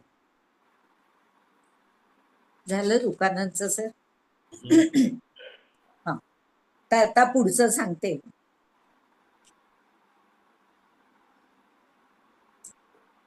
दुकानात मात्र सगळी दुकानं अशी सेल्फ सर्व्हिस, कुठलंही दुकान असू दे, आपल्याला ते काहीही दाखवणार नाही, तर आपण जायचं शोधायचं. नावं घातलेली असतात मोठ्याल्या ह्याच्यात, पाट्या लिहिलेले असतात की इथे काय मिळेल, इथे काय मिळेल. आणि त्या खूप उंच लावलेले असतात, त्यामुळे आपल्याला त्या लांबनं सुद्धा दिसतात. पण म्हणजे दुकानात आपल्याला काही आणायला जायचं म्हटलं तर दुकानाशी गेलं, तिथे उभं राहिलं, त्याला आपण कसं सांगतो, यादीत येतो, काय 4-5 वस्तू हव्या त्या घेतो, घेऊन येतो घरी. तसं नाही. तुम्हाला औषध हवं असेल तर त्या लांबच्या कोपऱ्यात औषध आहे. तांदूळ घ्यायचे तर ह्या कोपऱ्यात तांदूळ आहे. त्या तिसऱ्या कोपऱ्यात आणखी ब्रेड वगैरे, म्हणजे बेकरीचा सेक्शन खूप मोठा. आणि तिथे ब्रेड, केक्स, बटर, वेगवेगळं काय काय बरंच ठेवलेलं, त्यामुळे तिथे जाऊन ते आणायचं. फळभाज्यांचा सेक्शन वेगळा, म्हणजे आपली 4-4 दुकानांचा एक सेक्शन असतो तिथे. त्यामुळे तिथेही साधं सामान आणायला जायचं म्हटलं तरी बाहेर तुम्ही कारने जाऊ शकता, पण आत चालावंच लागतं. शूज सुद्धा घ्यायचे, चप्पल घ्यायच्या तरी आपणच तिथल्या काढायच्या, आपण घालून बघायच्या, होतायत की नाही, नसल्या तर पुन्हा ठेवून द्यायच्या. आणि एक सगळ्यात ह्या दुकानातलं चांगलं म्हणजे कोणतीही दुकानातली कोणतीही वस्तू तुम्ही परत करू शकता घरी नेलेली. 4 कपडे आवडले तर त्यातले 4 घेतले आणि आपल्याला एखादा घरी गेल्यावर वाटलं नाही हा नाही चांगला दिसत आहे, कोणतंही कारण न देता, त्यांची मुदत असते ठराविक 3 महिने का 1 महिना, जी काही प्रत्येक दुकानाची असेल, त्या दुकानात कधी जाऊन तुम्ही रिटर्न काउंटरला ते दिलं, ते परत घेतात, लगेच ते पैसे तुमच्या ह्याच्यावर खात्यावर परत येतात. म्हणजे असं कोणी विचारत नाही. परत करण्याची वेळ दुपारी 1 ते 3, म्हणजे भर दुपारी आपल्याला तडफडत ते कपडे परत करायला इथे साडी वगैरे जावं लागतं. तसं नाही, कोणत्याही वेळेला चालू असतं आणि कोणतंही कारण न सांगता ते परत घेतात वस्तू. असं मला वाटलं की कुठे असतं की नाही, आपल्याकडे तर अजिबात नसतं, कुठे आहे की नाही माहिती नाही.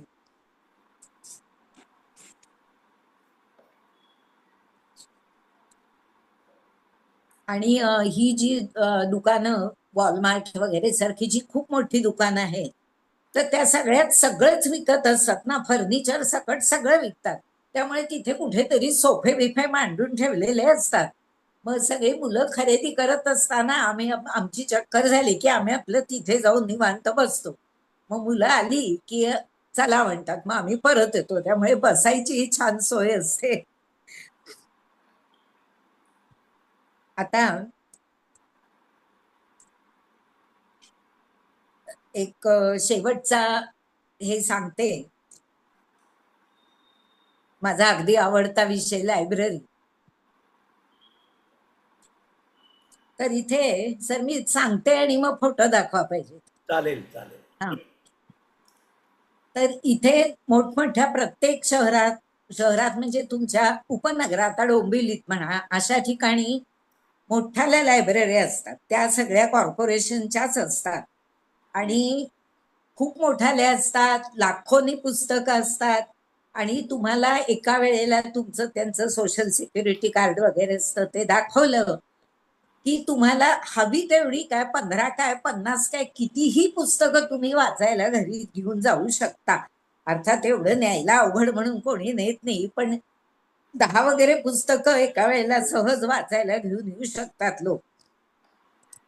आणि तिथे सुद्धा आता आम्ही फ्रिस्कोच्या लायब्ररीत बघायला म्हणून लायब्ररीत मुद्दामून गेलो होतो.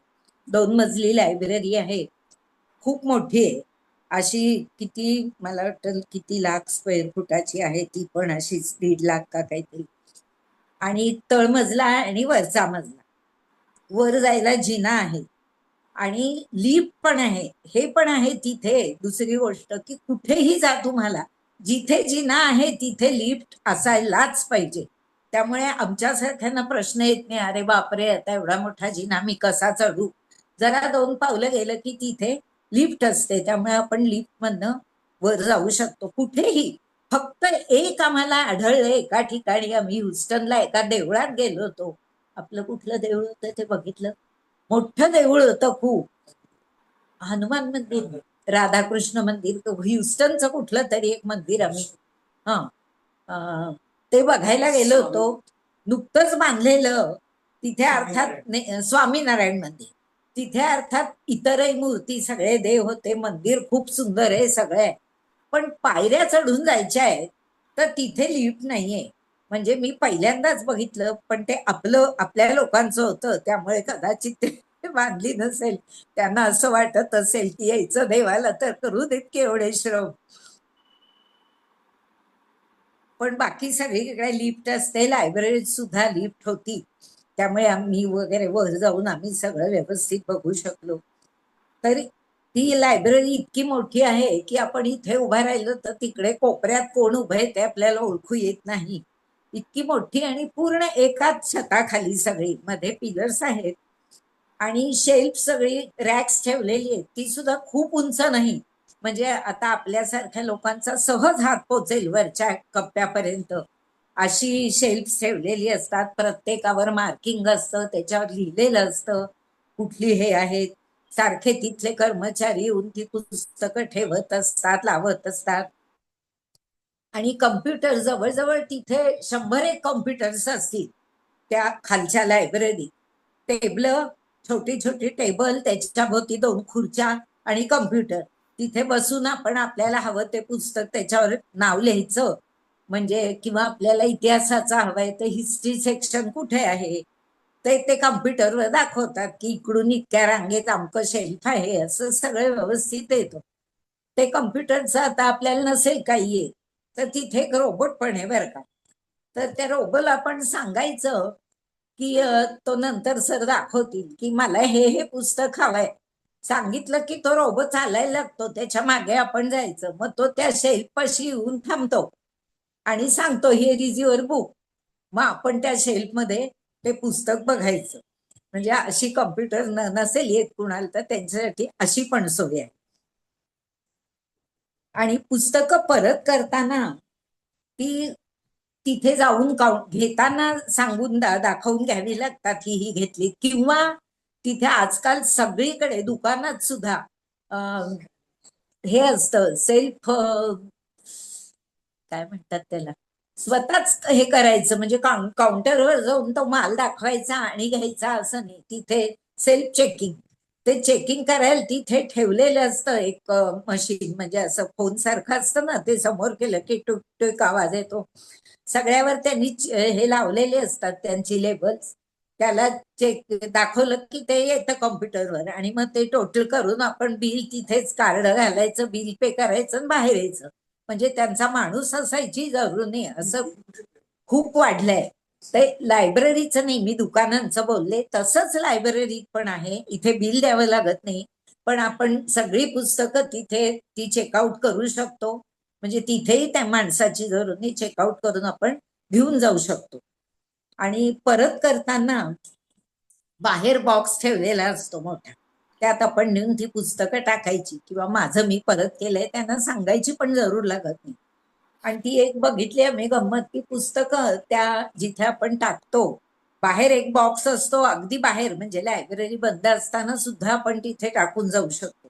पण आपण आत लायब्ररीत जाऊन जर टाकली तर तिथली पुस्तकं तर पट्टा असतो, आपल्या बॅगा कशा येतात एअरपोर्टवरनं तशा टाईपचा पट्टा असतो, त्यातनं बाहेर पडून ती एक एक पुस्तकं अशी त्या पट्ट्यावरनं फिरतात, जातात आणि त्या पट्ट्यावरनं जाताना ती स्कॅन होतात आणि मग पुढे असे 5-7 कप्पे, तर कुठल्या सेक्शनचं पुस्तक आहे ती ती त्या त्या त्या त्या बॉक्समध्ये टाकली जातात. मग तो बॉक्स घेऊन ते लोक कुठली आहेत ते बघतात आणि तिथे नेऊन शेल्फमध्ये लावतात पण. तर अशा तऱ्हेने ते आता सरांना फोटो दाखवतो का सर? दाखवतो हा. हं. सर बाजूला सर सर तेजस बाजूला सर. हा हा तो पट्टा आहे, त्याच्यावर ते एक एक पुस्तक पडतंय बघा.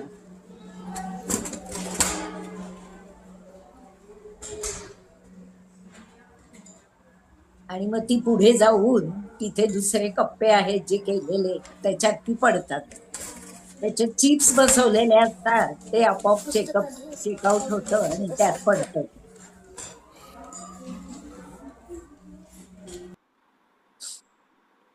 हा परत बघायचा आहे, लावूया. सर बाजूला सर सर तेजस बाजूला सर.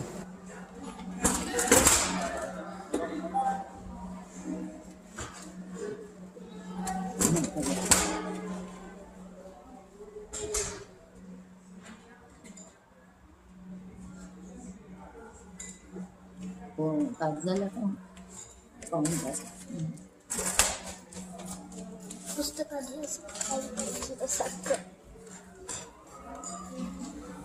पुढचा व्हिडिओ दाखवतो हा. हा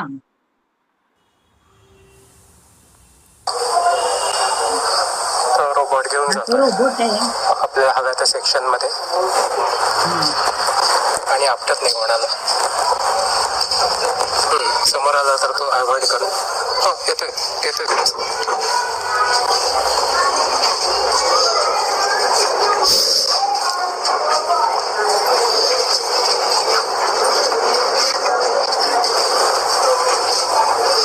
हव्या त्या बुक सेक्शन मध्ये तो घेऊन जातो, आपल्याला शोधावं लागत नाही.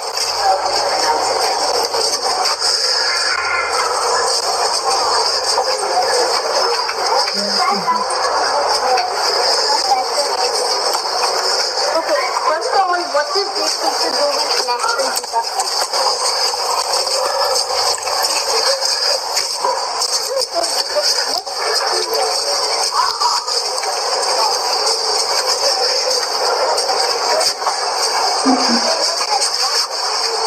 We have arrived. इथे पोचला येऊन तो जुवेनाईल बायोग्राफीच्या इथे येऊन पोचला. तुम्हाला पाठवायला सांगायचं जर तर असा तो दाखवतो आपल्याला कुठे येते आणि त्यात तुम्हाला ती लायब्ररी पण किती मोठी आहे ते बघायला मिळालं असेल. होय. तर आता मी शेवटाकडे येते. हे सर्व लायब्ररी खाली आहे. खाली थोडीशी गडबड म्हणजे काय, आता लोक बोलतात कम्प्युटरवर, काहीतरी एकमेकांशी बोलतात, काय करतात, त्याचे आवाज असतात. वर एकदम वरच्या मजल्यावर एकदम शांतता असते आणि तिथे पण असे हॉल मोठे, त्याच्यात वाचायला टेबल खुर्च्या ठेवलेल्या आहेत, कम्प्युटर्स ठेवलेले आहेत आणि शिवाय लहान मोठ्या केबिन्स आहेत तिथे. म्हणजे काही इतिहास, आपल्याकडे कशी इतिहास मंडळ, साहित्य परिषद, आमके तसे ग्रुप्स आहेत, तसे तिथेही ग्रुप्स असतात आणि त्यांना मिटिंग घ्यायच्या असतील तर तिथे त्यांना ते बुक करता येते लायब्ररीच्या छोट्या छोट्या केबिन्स आणि तिथे त्यांना मिटिंग्स घेता येतात. तर अशा तऱ्हेने मी त्यातल्या त्यात थोडक्यात सांगायचा प्रयत्न केला, पण खूप वेळ झालाय तर मी आता माझं संपवते. एक मात्र आहे की लायब्ररीत गेल्यावर मला फार वाईट वाटलं की आपण इंग्रजी वाचन का करत नाही. नाहीतर इतकी मोठी उपलब्धी समोर असताना काहीच त्याचा फायदा घेता येत नाही असं मला झालं. तर नमस्कार. आता मी दिलीप आपट्यांकडे देते सूत्र, ते पुढचा महत्वाचा विषय सांगते.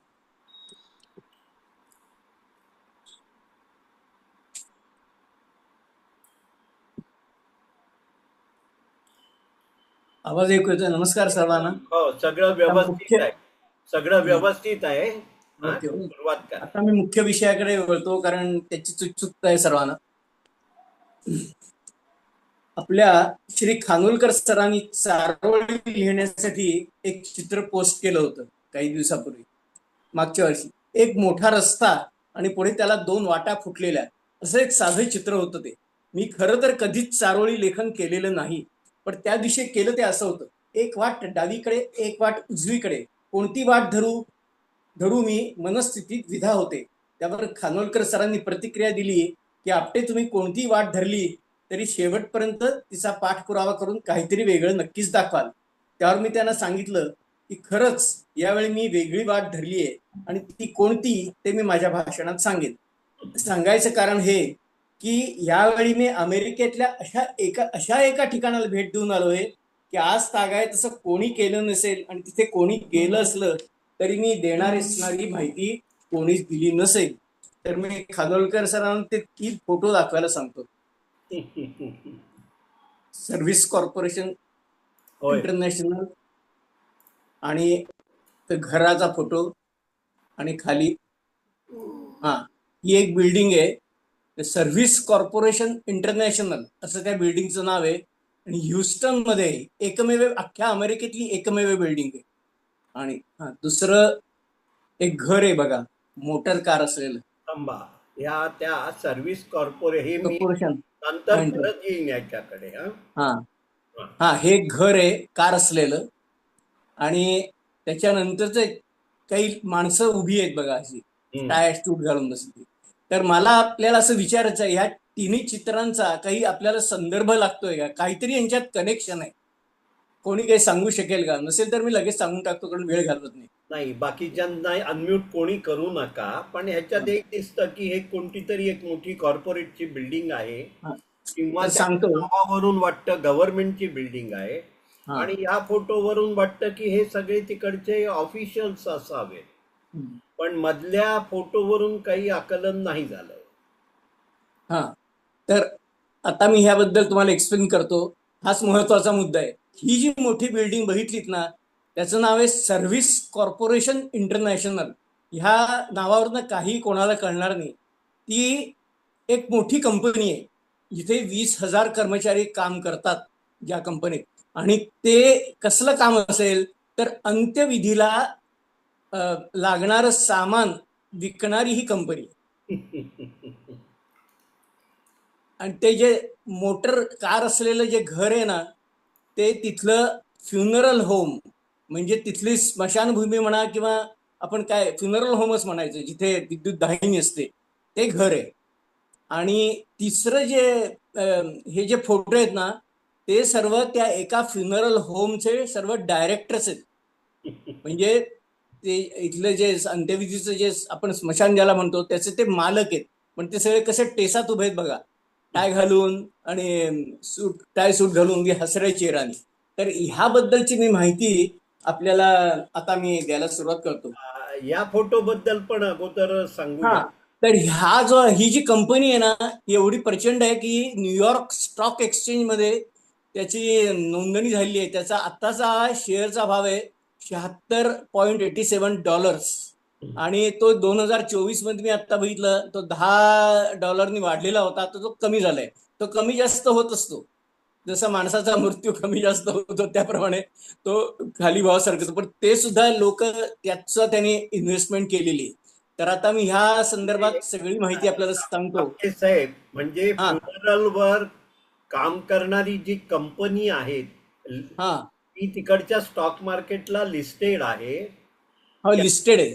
त्याची ऑफिसची बिल्डिंग आहे ज्याच्यात 20,000 कर्मचारी काम करतात. 20,000 कर्मचारी त्यात नाही काम करत. त्यात मी कसे कुठे काम करतो ते सगळं सांगायला सुरुवात करतो. त्या बॅनर खाली काम करतायत. आणि त्याचं हे फ्युनरल होम आहे, तिथे डेड बॉडी हे करतात, काय म्हणतात त्याला, दहन करतात, क्रिमेशन द्यायला म्हणतात ते. हो. आणि हे त्या एका डायरेक्टर्स आहेत. तर हे आता मी तुम्हाला प्रस्तावना सांगितली, म्हणजे विषय काय तो तुम्हाला कळला असेल. चित्रातून बाहेर पडूया, मग पुढच्या. हो. करा, सुरुवात करा. आम्ही शाळेत असताना इंग्रजी विषय शिकताना a visit to hospital, visit to zoo, visit to a fair असे निबंध आम्हाला लिहावे लागत होते. कधी व्हिजिट टू मॉर्चरी किंवा ग्रेव्हयार्ड असा निबंध कधी लिहिला नव्हता, कारण त्या काळी अशी व्हिजिट कधी केलीच नव्हती. पण आज वयाच्या 80व्या वर्षी, एक मिनिट सर,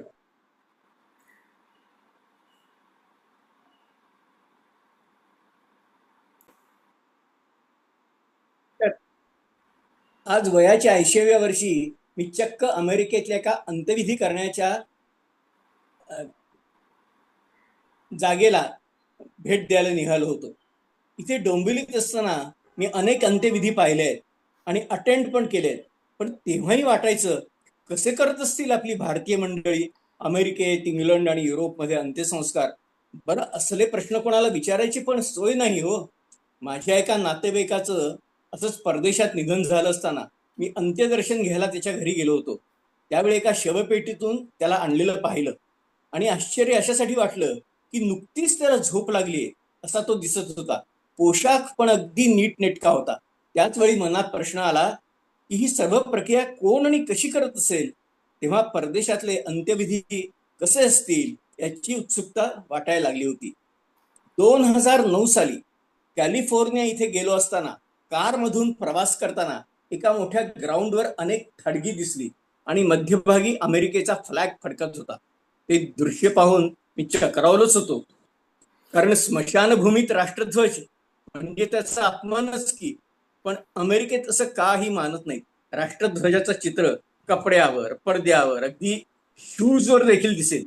तर मी हे सांगत होतो की त्या स्मशानभूमीत थडगी दिसली पण कुठेही चिता जळताना दिसली नाही. तेव्हापासून याबद्दल माझ्या मनात कुतूहल होतं आणि मग इथल्या अंत्यविधीबद्दल माहिती गुगलवरून घ्यायला सुरुवात केली. आपटे साहेब, कागद धरताना वरती नाही, बरोबर, लक्षात आलं. जाणून द्या सुरुवात. तेव्हा महत्वाचं हे कळलं की इथे दहनासाठी अनेक घरं बांधली आहेत आणि त्यातच विद्युत दाहिनी बसवलेली असते. त्या वस्तूला फ्युनरल होम असं म्हणतात आणि ती सरकारी नसून वैयक्तिक मालकीची असतात. डेथ इंडस्ट्री ह्या नावाने हा फार मोठा उद्योग समजला जातो. अशी जवळपास 20-22 हजार फ्युनरल होम्स अमेरिकेतल्या 50 राज्यात आहेत. आता मला प्रश्न असा पडला की अमेरिकेत बहुसंख्य जनता ख्रिश्चन आहे, तर मग ही होम्स का उभारली असतील.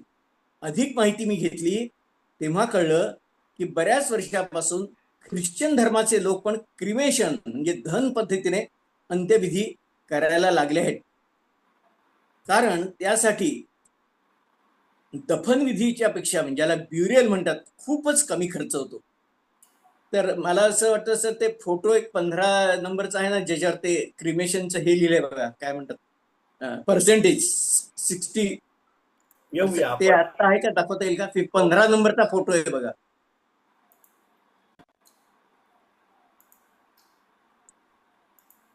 हा, हे पण हे हा नाही, 15 नंबरचा फोटो. 15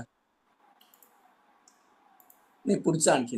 हा हा हा हा हा त्याच्या नाही, त्याच्या हा दुसरा एक आहे ते. हा हा हा ग्रोथ रेट त्यात त्यांनी लिहिलं. एवढं जास्त बारीक वाचण्याची गरज नाही. त्यात त्यांनी एवढा अभ्यास करून दरवर्षी कसा ग्रोथ रेट वाढतोय त्याचा, म्हणजे दफनापेक्षा दहन कसं वाढतंय अंत्यविधीसाठी ते दाखवलेली संस्था ही अॅन्युअल क्रिमेशन ग्रोथ रेट कॅना नावाची ती संस्था आहे. तो तिचा अभ्यास करत असते. हा, तर हा, आता चालेल सर, फोटो बाहेर. नाव आहे cremation association of north America. हा, ठीक आहे. हा, आता चालेल. तर मला प्रत्यक्ष हा प्रकार कसा असतो हे पाहायचं होतं. बॉस्टनहून माझा मुलगा नुकता डॅलस इथे मूव्ह झाला होता. त्या भागात असलेल्या फ्युनरल होमचा पत्ता आम्ही शोधला आणि मुलाला माझ्या मनातली इच्छा बोलून दाखवली. तो म्हणाला, बाबा तुम्हाला वाटत असेल तर जरूर जाऊया, पण त्याआधी फोन करून त्यांना विचारावं तर लागेल. त्याप्रमाणे त्याने एका फ्युनरल होमला फोन केला. तेव्हा ते म्हणाले, अहो अशा त्याने आमचं फ्युनरल होम दाखवता येणार नाही काय. त्यांना असं म्हणायचं ते काय साईट सीइंग आहे काय तुम्ही बघायचं. तर तसं त्यात त्यांनी ते म्हणाले, आमच्या साईटवर जा, त्यात ते स्पष्ट लिहिलंय की तुमच्या घरातली एखादी व्यक्ती मृत झाली असेल किंवा तुम्हाला असं वाटत असेल की तिचा मृत्यू जवळ आला आहे, तरच तुम्ही हे फ्युनरल होम पाहू शकता. ते पाहण्याचे दिवस आणि वेळा सुद्धा आम्ही मेन्शन केले आहेत. पण तुम्ही एक करू शकता, युट्यूबवर आम्ही सर्व माहिती दिली आहे, ती बघू शकता. आतली पण दृश्य तुम्ही बघू शकाल. आणि त्यांच्या सांगण्याप्रमाणे युट्यूबवर स्ट्रॉम्ब्रेअर फ्युनरल होमचा व्हिडिओ ओपन केला आणि त्याची मोठी वास्तू पाहून थक्कच झालो. वास्तूच्या बाहेर मोठ्या डौलात अमेरिकेचा राष्ट्रध्वज फडकत होता. बाहेर छान हिरवळ आणि फुलझाडं लावली होती. अंतर्गत व्यवस्था देखील त्याचे सुद्धा व्हिडिओ बघायला मिळाले. एका खोलीत कास्केट म्हणजे शवपेट्या, अर्न्स म्हणजे विविध प्रकारची रक्षापात्र आणि एक प्रशस्त सिटिंग रूम बघायला मिळाली. छान आरामदायक खुर्च्या, कोच. ते सर मला ते फोटो दाखवा चालेल. दाखवतो.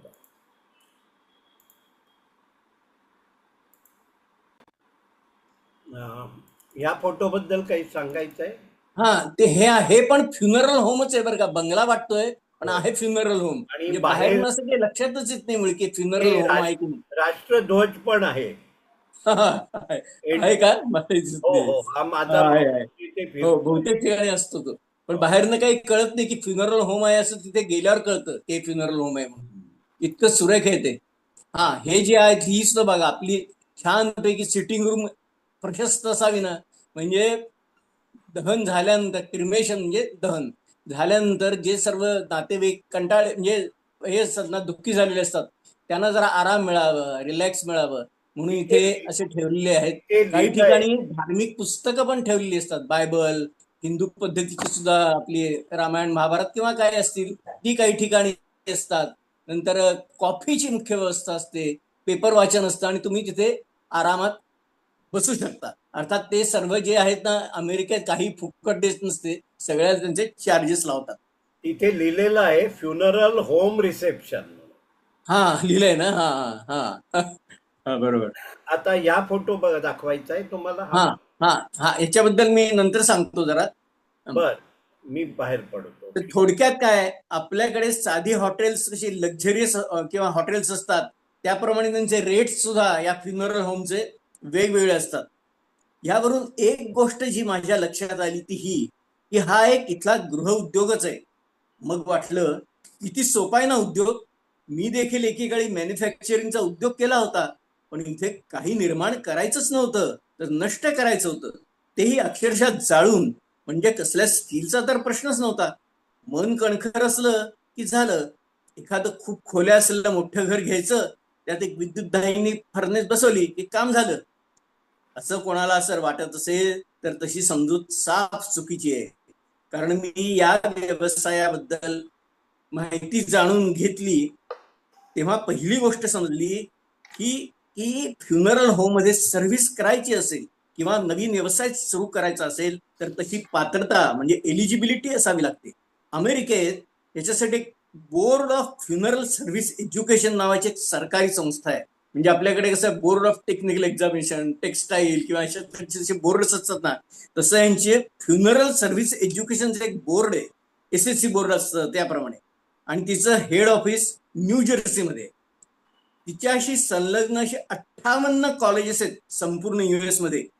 तिथून ही शिक्षणक्रम ह्या फ्युनरल होमच्या संदर्भात देतात.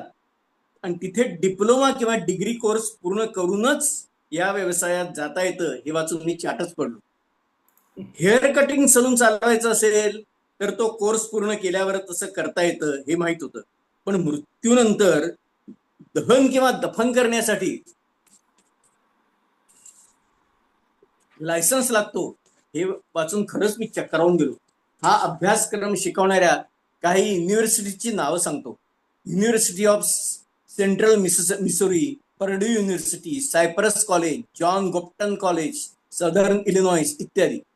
या कॉलेजमधनं जी डिग्री मिळते त्या अभ्यासक्रमात mortuary science, funeral service ethics, grief counselling म्हणजे दुःख हे करायचं, सांत्वन वगैरे कसं करायचं ते शिकवतात. फ्युनरल लॉ असतात त्यांचे ते शिकवतात. बिझनेस मॅनेजमेंट, कल्चरल कॉम्पिटन्सी हे विषय शिकवतात. पण सर्वात महत्वाचा विषय म्हणजे एम्ब्लेमिंग हा असतो.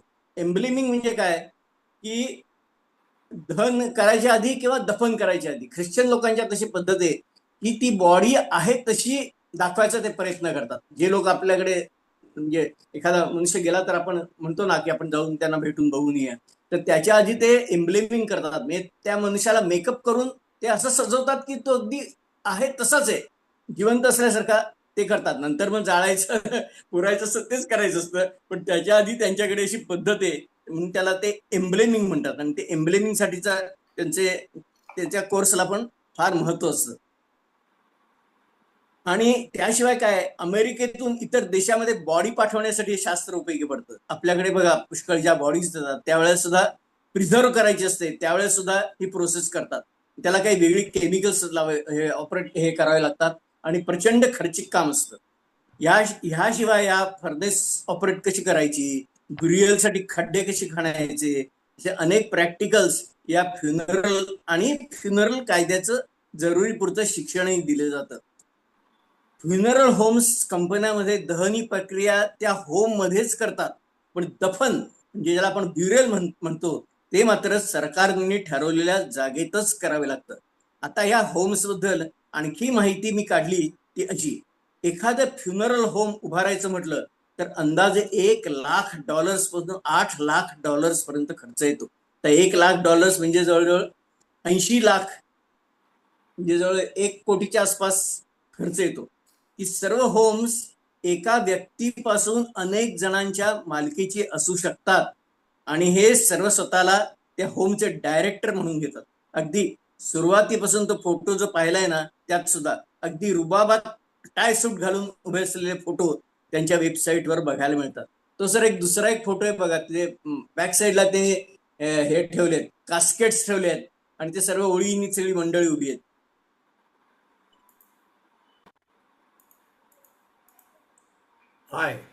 हा, ही बघा, ही सर्व एका फ्युनरल होमची सर्व मंडळी आहेत आणि त्या पाठीमागे त्यांनी ती सर्व कास्केट म्हणजे शिवपेट्या त्यांच्या विकायला किंवा जाहिरातीसाठी ठेवलेल्या आहेत. हा चालेल सर, आता बाहेर पडले फोन ह्याच्यातून तरी. आता माहितीसाठी काही होम्सची नावं देतो. Brentwood funeral home, Brois funeral home, Evergreen funeral home, Arrington funeral home, असे इत्यादी असे बरीच 20,000 जवळ नावं तुम्हाला जर त्यात फ्युनरल होम्स म्हणून जर तुम्ही गुगलवर टाकलं तर तुम्हाला सर्व माहिती मिळेल. या सर्व 20,000हून जास्त फ्युनरल होम कंपनीच्या मालकांची पण एक असोसिएशन आहे बरं का. तिचं नाव आहे NFDA, म्हणजे नॅशनल फ्युनरल डायरेक्टर्स असोसिएशन. त्यांच्या काही समस्या असतात त्या सोडवण्यासाठी तिची स्थापना केली आहे. आता माझ्या मनात प्रश्न आला, या 25,000 फ्युनरल होम्सला लागणार साहित्य कोण तयार करत असेल आणि त्याला पुरवत असेल, तेव्हा 7 मोठ्या कंपन्या मला सापडल्या जे साहित्य पुरवतात. ते अशा: Matthews Aurora funeral solution, Batesville casket company, Titan casket, Astral industries, Thacker caskets, passages international, Midwest casket company. तुम्ही या सर्व कंपन्यांचे फोटो बघितले तर तुम्ही चाट पडाल, एवढ्या प्रचंड कंपन्यामध्ये ते त्यांचं मॅन्युफॅक्चरिंग चालू असतं. आणि सर्वात महत्वाचं इक्विपमेंट म्हणजे विद्युत दाहिनी, म्हणजे फर्नेस, ज्यात बॉडी जाळली जाते, ती तयार करणारी कंपनी म्हणजे अमेरिकन क्रिमेटरी इक्विपमेंट कंपनी. ती एकच आहे बरं का. ते टेक्सासमध्ये त्या ओव्हनची किंमत जवळपास $1,00,000 आहे. ही सर्व माहिती घेत असताना आणखी एका साईटवर माझं लक्ष गेलं. या सर्व फ्युनरल होम्स म्हणजे डेथ इंडस्ट्रीचं हेडक्वार्टर टेक्सास, म्हणजे तुम्ही सुरुवातीला जे मी म्हटलं ते ह्युस्टन सिटीमध्ये आहे. त्याचं दुसरं कार्यालय जेफरसन सिटी म्हणून आहे, तर लुझियाना स्टेटमध्ये ते आहे. SCI म्हणजे सर्व्हिस कॉर्पोरेशन इंटरनॅशनल ऑर्गनायझेशन ह्या नावाने ती ओळखली जाते. 1962 मध्ये रॉबर्ट वॉल्ट्रिप नावाच्या माणसाने ही संस्था स्थापन केली. ह्यावेळी ह्युस्टनला गेलो होतो, त्यावेळी ती बिल्डिंग मी म्हटलं संदीपला मला जाऊन तिथे बघायची आहे. तर म्हणाला ठीक आहे बाबा, आता तुमची इच्छा आहे तर जाऊन बघूया. तर तिथे आम्ही जाऊन बाहेर उभं राहिलो, पण मी त्याला म्हटलं तिथे, तो म्हणाला नाही, आत तुम्हाला तिथे जाता येणार, कारण ती बिल्डिंग पूर्णपणे बंद असते आणि कुठल्याही अमेरिकेतल्या कुठल्याही बिल्डिंग मध्ये आपल्याला तसं घुसता येत नाही. तिथे त्यांचे ते पॉप वगैरे काय ते असतात ना, पासेस किंवा काय अशा टाईपचं असेल तर, आणि आपलं काम पण ते काय होतं, आम्ही दुसरं दुरून बघितलं तर अशा तऱ्हेचं स्थलदर्शन करणारा मी पहिलाच असेल बहुतेक. कंपनी काय उद्योग करते दिसेल असं वाटतं, विचार करूनही लक्षात येणं शक्य नाही. अहो ही चक्क अंत्यविधीला लागणारे साहित्य विकते. ती म्हणजे क्रिमेशनसाठी लागणाऱ्या फर्नेसेस, कास्केट्स आणि दफनविधी, शवपेट्या, अर्न्स म्हणजे रक्षापात्र. आता रक्षापात्र तुम्ही म्हणाल रक्षापात्र त्यांच्याकडे कुठे आली, तर रक्षापात्र आपल्याकडे कशी क्रिमेशन झाल्यानंतर आपण दुसऱ्या तिसऱ्याशी जाऊन ती रक्षा गोळा करतो, तसं त्यांच्यात ख्रिश्चन लोकांच्यात सुद्धा ते जाळल्यानंतर ते रक्षा घेतातच, पण त्यांना ते अर्न्स म्हणतात. आणि त्या अर्न्सची सर ते दाखवा तुम्ही, कास्केट आणि हे जरा कास्केटची आणि अर्न्सचे फोटो दाखवा. कास्केट आणि कफिन.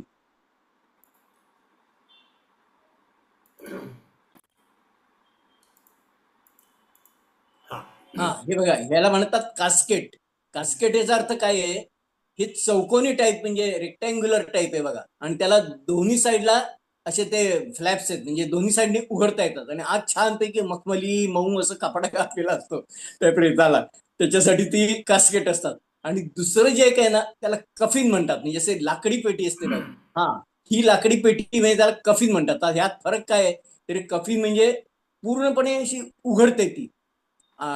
ती 1861 साली जे अब्राहम लिंकनचं हे झालं ना, गृहयुद्ध ज्यावेळेस झालं होतं, त्याच्यापासून ते हे सोडून दिलं त्यांनी, काय कफिन वापरायचं, आणि आता कास्केट्स वापरायला सुरुवात झाली.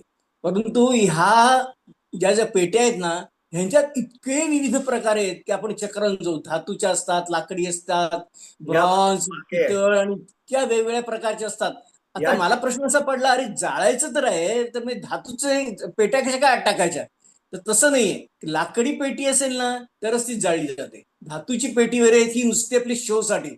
पण त्यांचे काय, त्यांचे जे वेगवेगळे धर्मगुरू असतात ते सांगतात तुम्ही ह्या आकाराची पेटी घ्या, त्या आकाराची घ्या, ह्या टाईपचे अर्न्स घ्या, आणि त्यांच्या किमती तर एवढ्या प्रचंड असतात की आता इथे सुद्धा ह्या पेटीची त्यांनी दाखवली 1700 काहीतरी, 17,000 इंडियन रुपी. हा 17,000 एका बॉक्सची किंमत आपल्या रुपीमध्ये दिलेली आहे.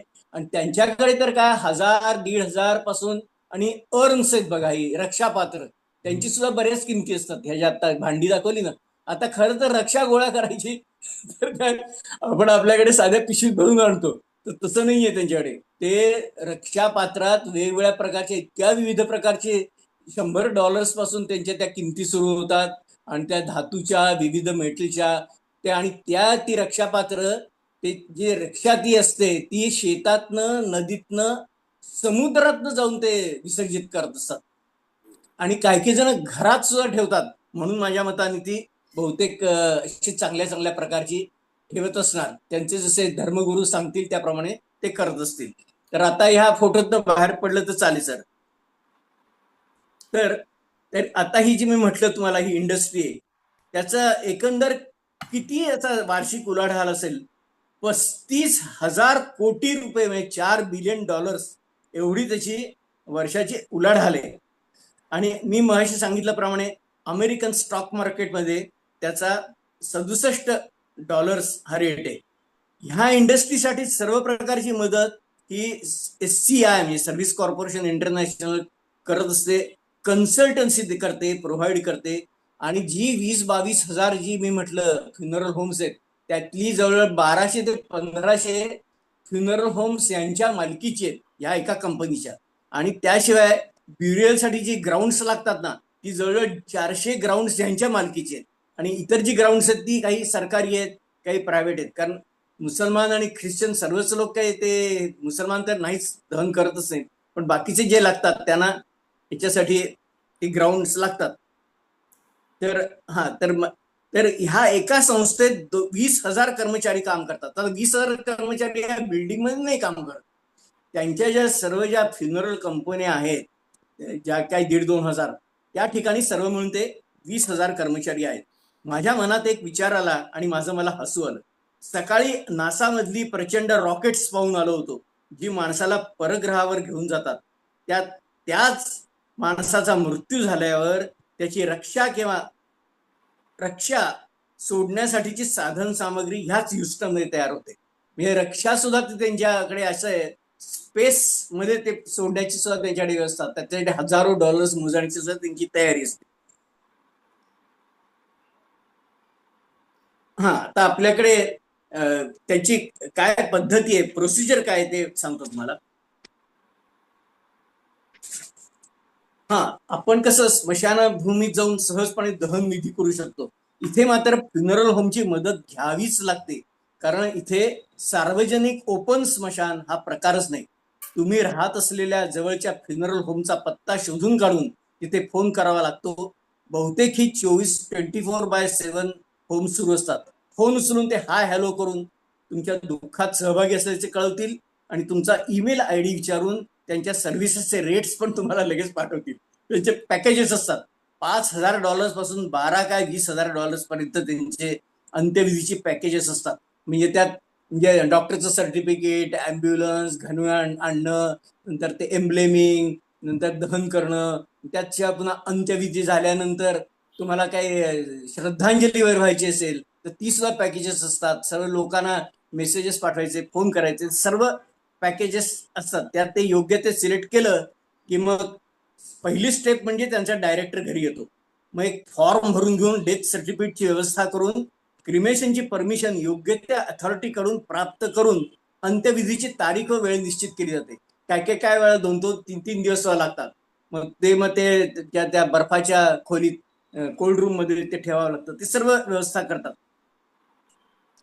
त्यानंतर मग मग ते फर्नेसमध्ये शवपेटीत ढकलून किंवा डायरेक्ट पद्धतीने सुद्धा दहन केलं जातं. काही वेळा काय होतं, आता मी एका एक साईटवर पाहिलं, किमान $500 ते $1,000 कुठल्याही प्रकारचं जरी क्रिमेशन करायचं असेल तर लागतातच. 500-1000 म्हणजे अगदी आपल्याकडे जे म्हणतात ना डायरेक्ट सरणावर चढवतात, आपल्याकडे कुठे काय अशी पेटी काही नसते. तर सरळ जे काही त्यांना इम्प्लिमेंट न करता जर त्यात फर्नेसमध्ये टाकायचं असेल तर $500-1000 मध्ये होतं. नाहीतर या पेट्या वगैरे या वापरून झाला तर तो खर्च प्रचंड म्हणजे $10-12,000 पुढे सुद्धा जाऊ शकतो. आता श्रद्धांजली विषयावर सुद्धा या कंपन्या सल्ला देतात बरं का. त्यांची कोणती व्यक्ती कोणत्या वयाची हे समजून घेऊन तुम्हाला श्रद्धांजलीची तयार टेक्स्ट देतात. तुम्ही वाचा, नाही तर ते लोक येऊन वाचतात. तुमचं सांत्वन पण करतील घरी येऊन, पण त्यासाठी पैसे घेतील. आणि फुलं किंवा कॉफीची व्यवस्था होऊ शकते श्रद्धांजली सभेसाठी. सर्वात महत्वाचं म्हणजे मृत व्यक्तीचे काही कायदेशीर क्लेम असतील तर तेही सेटल करायला डायरेक्टर मदत करतात. थोडक्यात मृत व्यक्तीच्या नातेवाईकांना त्यांच्या दुःखापासून दूर ठेवून मानसिक आधार देण्याचे काम डायरेक्टर करत असतो. पण ही सर्व सेवा सशुल्क असते. अमेरिकेत अनेक वयस्क नागरिक याचे ऍडव्हान्स बुकिंग पण करतात. कारण ते एकटे राहत असतील तर त्यांच्या मागे कोण करणार या काळजीपोटी ते असं करतात. फ्युनरल होम बद्दल नातेवाईक, शेजारी पाजारी यांना असं त्याच्याबद्दल नातेवाईकांना, शेजारी पाजारी यांना असं करून ठेवल्याची माहिती देतात. आणि खास माहिती आणखीन या होम्स बद्दल देतो. ही सर्व होम्स गावाबाहेरच असतात असं नाही, ती गावात किंवा गावाच्या जवळही असतात. बॉस्टन येथील एका गावात आम्ही राहत होतो. तिथे भर बाजारात एक फ्युनरल होम मी पाहिलाय. हिंदू आणि ख्रिश्चन या दोन्ही धर्माच्या व्यक्तीसाठी एकच फ्युनरल होम असतं. आणि विशेष म्हणजे त्या होम्सचे मालक आणि डायरेक्टर बहुतेक तिथे वरच्या मजल्यावरच राहत असतात. कारण कधीही रात्री अपरात्री त्यांना या कारणासाठी यावं लागतं. व्यक्ती कोणत्याही धर्माची असली तर दहन किंवा दफन ते दोन्ही प्रकारच्या अंत्यविधीची व्यवस्था त्या व्यक्तीच्या बजेट प्रमाणे केली जाते. त्या धर्माचे पुरोहित, पादरी किंवा मौलवी यांच्याशी ही होम्स संपर्क करून देतात. पुढील व्यवस्था केली जाते. आणि मी म्हटल्याप्रमाणे ती रक्षा नदीमध्ये विसर्जित केली जाते, शेतात, समुद्रात विसर्जित करतात. त्याला सी सर्व्हिसेस म्हणतात. 3 नॉटिकल मैल आत समुद्रात रक्षा सोडावी लागते. यासाठी $3,000 असा वेगळा खर्च येतो. एवढंच काय, नातेवाईकांची इच्छा आणि भरपूर खर्च करायचे असतील, तयारी असेल तर स्पेस म्हणजे अंतराळात पण रक्षा विसर्जित केल्या जातात. पण यासाठी प्रचंड खर्च येतो.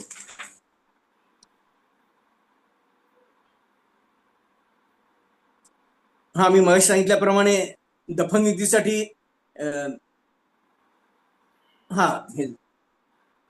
वेगळी ग्राउंड्स असतात. तिथेच दफनविधी करावा लागतो.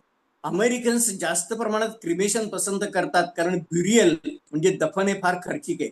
त्यासाठी लागणाऱ्या शवपेट्या, कास्केट्स, अर्न्स, मग असे सांगितल्याप्रमाणे त्याला $1,000 खर्च येतो. त्या मनाने पुरायचं म्हणजे ब्युरियल दफन करायला, त्या मनाने हे फार कमी खर्चात होतं.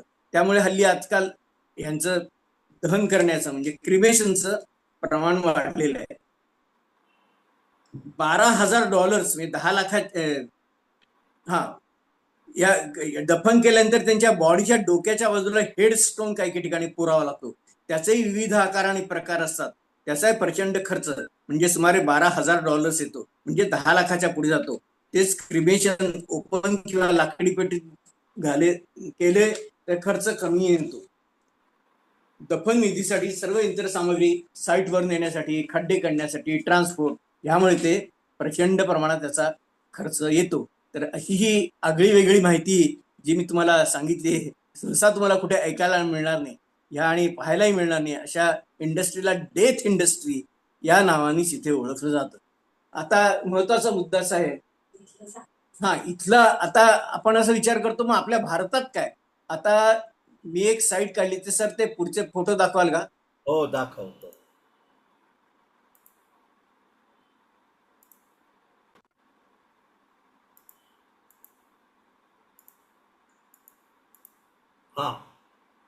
भारतात ते बघा, ही एक साईट आहे याच्यात त्यांनी सुखांत काय दिलं तुम्हाला? Sukhant funeral management private limited. Private limited नावाची कंपनी आता इथे सुरू झाली आहे मुंबईत 10 वर्षापूर्वी, साधारण 2014 साली सुरू झाली. आणि आपले 3-4 मराठी लोकच आहेत त्यात, आणि अनेक लोकांनी त्याचा लाभ घेतलेला आहे.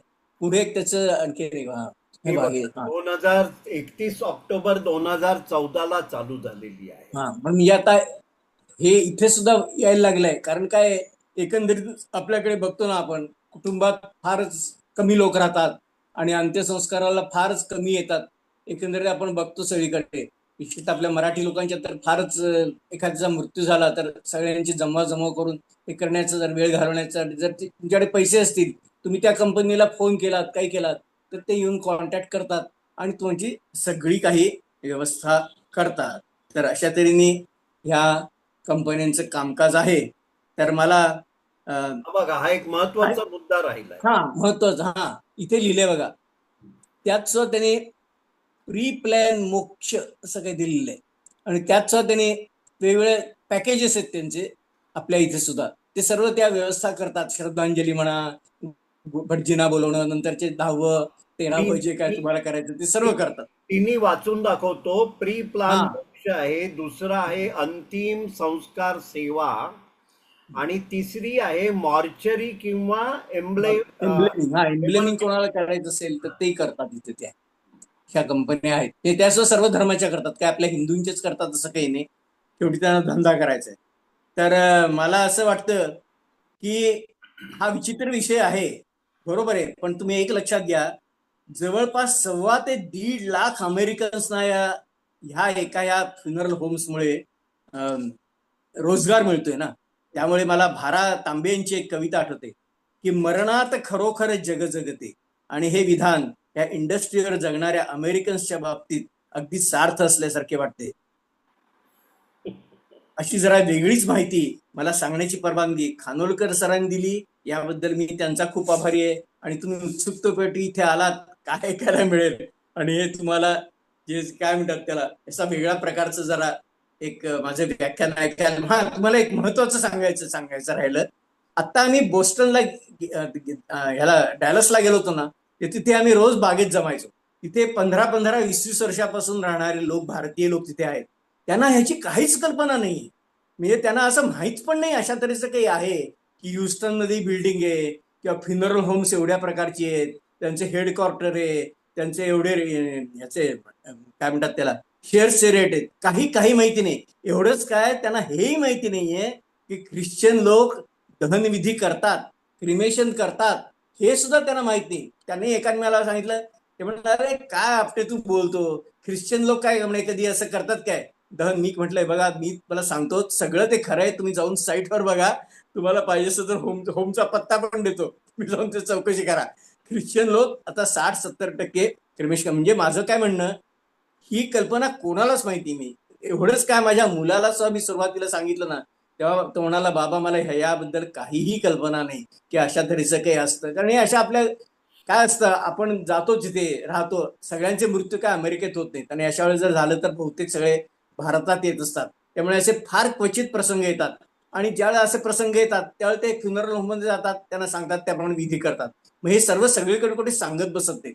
पण ही काय वस्तुस्थिती आहे अमेरिकेतली, हे आज मी तुम्हाला सांगितली. आणि प्रत्येक अमेरिका काय, इंग्लंड, जर्मनी या सर्व युरोपियन देशात अशा तऱ्हेची परिस्थिती आहे. तर मला असं वाटतं की आज तुम्हाला कसा विषय वाटला त्याच्याबद्दल तुम्ही मला नंतर मत प्रदर्शन करा. काही प्रश्न विचारायचे असेल तरी तुम्ही विचारू शकता. धन्यवाद. प्रश्नोत्तर आता नाही घेणार आहोत. आधी बरं बरं, ठीक आहे. उशीर झालाय, फार उशीर झालाय. नाही घेऊया, पण हा कार्यक्रम आधी ऑफिशियली संपवूया. हो हो जयश्रीताई तुम्ही एकत्र बसा जरा, दोघं हो या. हो हो हो आहे इथेच. हा, आजच्या कार्यक्रमाबद्दल बोलायचं झालं तर ह्याचे आपण 2 भाग केलेले आहेत. जयश्रीताईंनी ना शाळा हा विषय गेले इतके वर्षात इतक्या जवळून बघितलेला आहे, कारण नातू पण त्यांचा शाळेत जातोय, त्यामुळे हा त्यांचा डे टू डे विषय असल्यामुळे अगदी आणि बारकाईने तो आपल्यापर्यंत पोहोचवला. अगदी शाळेत लागणाऱ्या त्या अटेंडन्स नसेल तर तिथपासून अगदी बारीक सारीक सगळ्या गोष्टी, तिकडचं डबा, तिकडचं खाल्लं तर खर्च किती वगैरे वगैरे.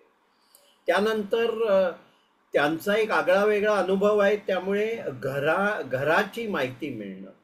त्या म्हणाले अनायसे घर शोधायला लागल्यामुळे बऱ्याच ठिकाणी जाणं झालं आणि घरांमध्ये काय काय असतं. त्याला ग्राउंड फ्लोअरला 1 मजली म्हणतात, पहिला मजला असलेल्याला 2 मजली म्हणतात, गॅरेजेस म्हणा, वरचं त्रिकोणी छप्पर, त्याच्या आतमध्ये लपलेल्या गोष्टी, बरंच आपल्याला सांगितलेलं आहे.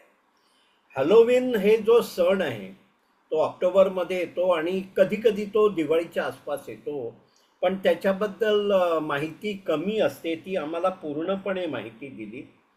वैद्यकीय अर्जंट सेवेबद्दल सांगितलं, तिथे मात्र एकच शोध लागला की तुम्ही इमर्जन्सी हॉस्पिटलला जाऊन तपासणी होईपर्यंत 1 तास आणि नंतर डिस्पेन्सरीमधून औषध मिळायला 2 तास. म्हणजे कितीही इमर्जन्सी असली तरी कमीत कमी 3 तास थांबायचं आहे.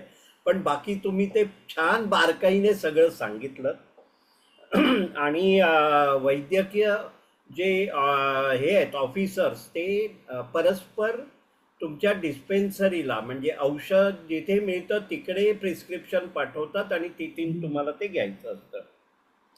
त्याच्यानंतर सर्वसाधारण छोटी दुकानं वगैरे कुठेच नाही आहेत, बँकांचे बोर्ड दिसत नाहीत.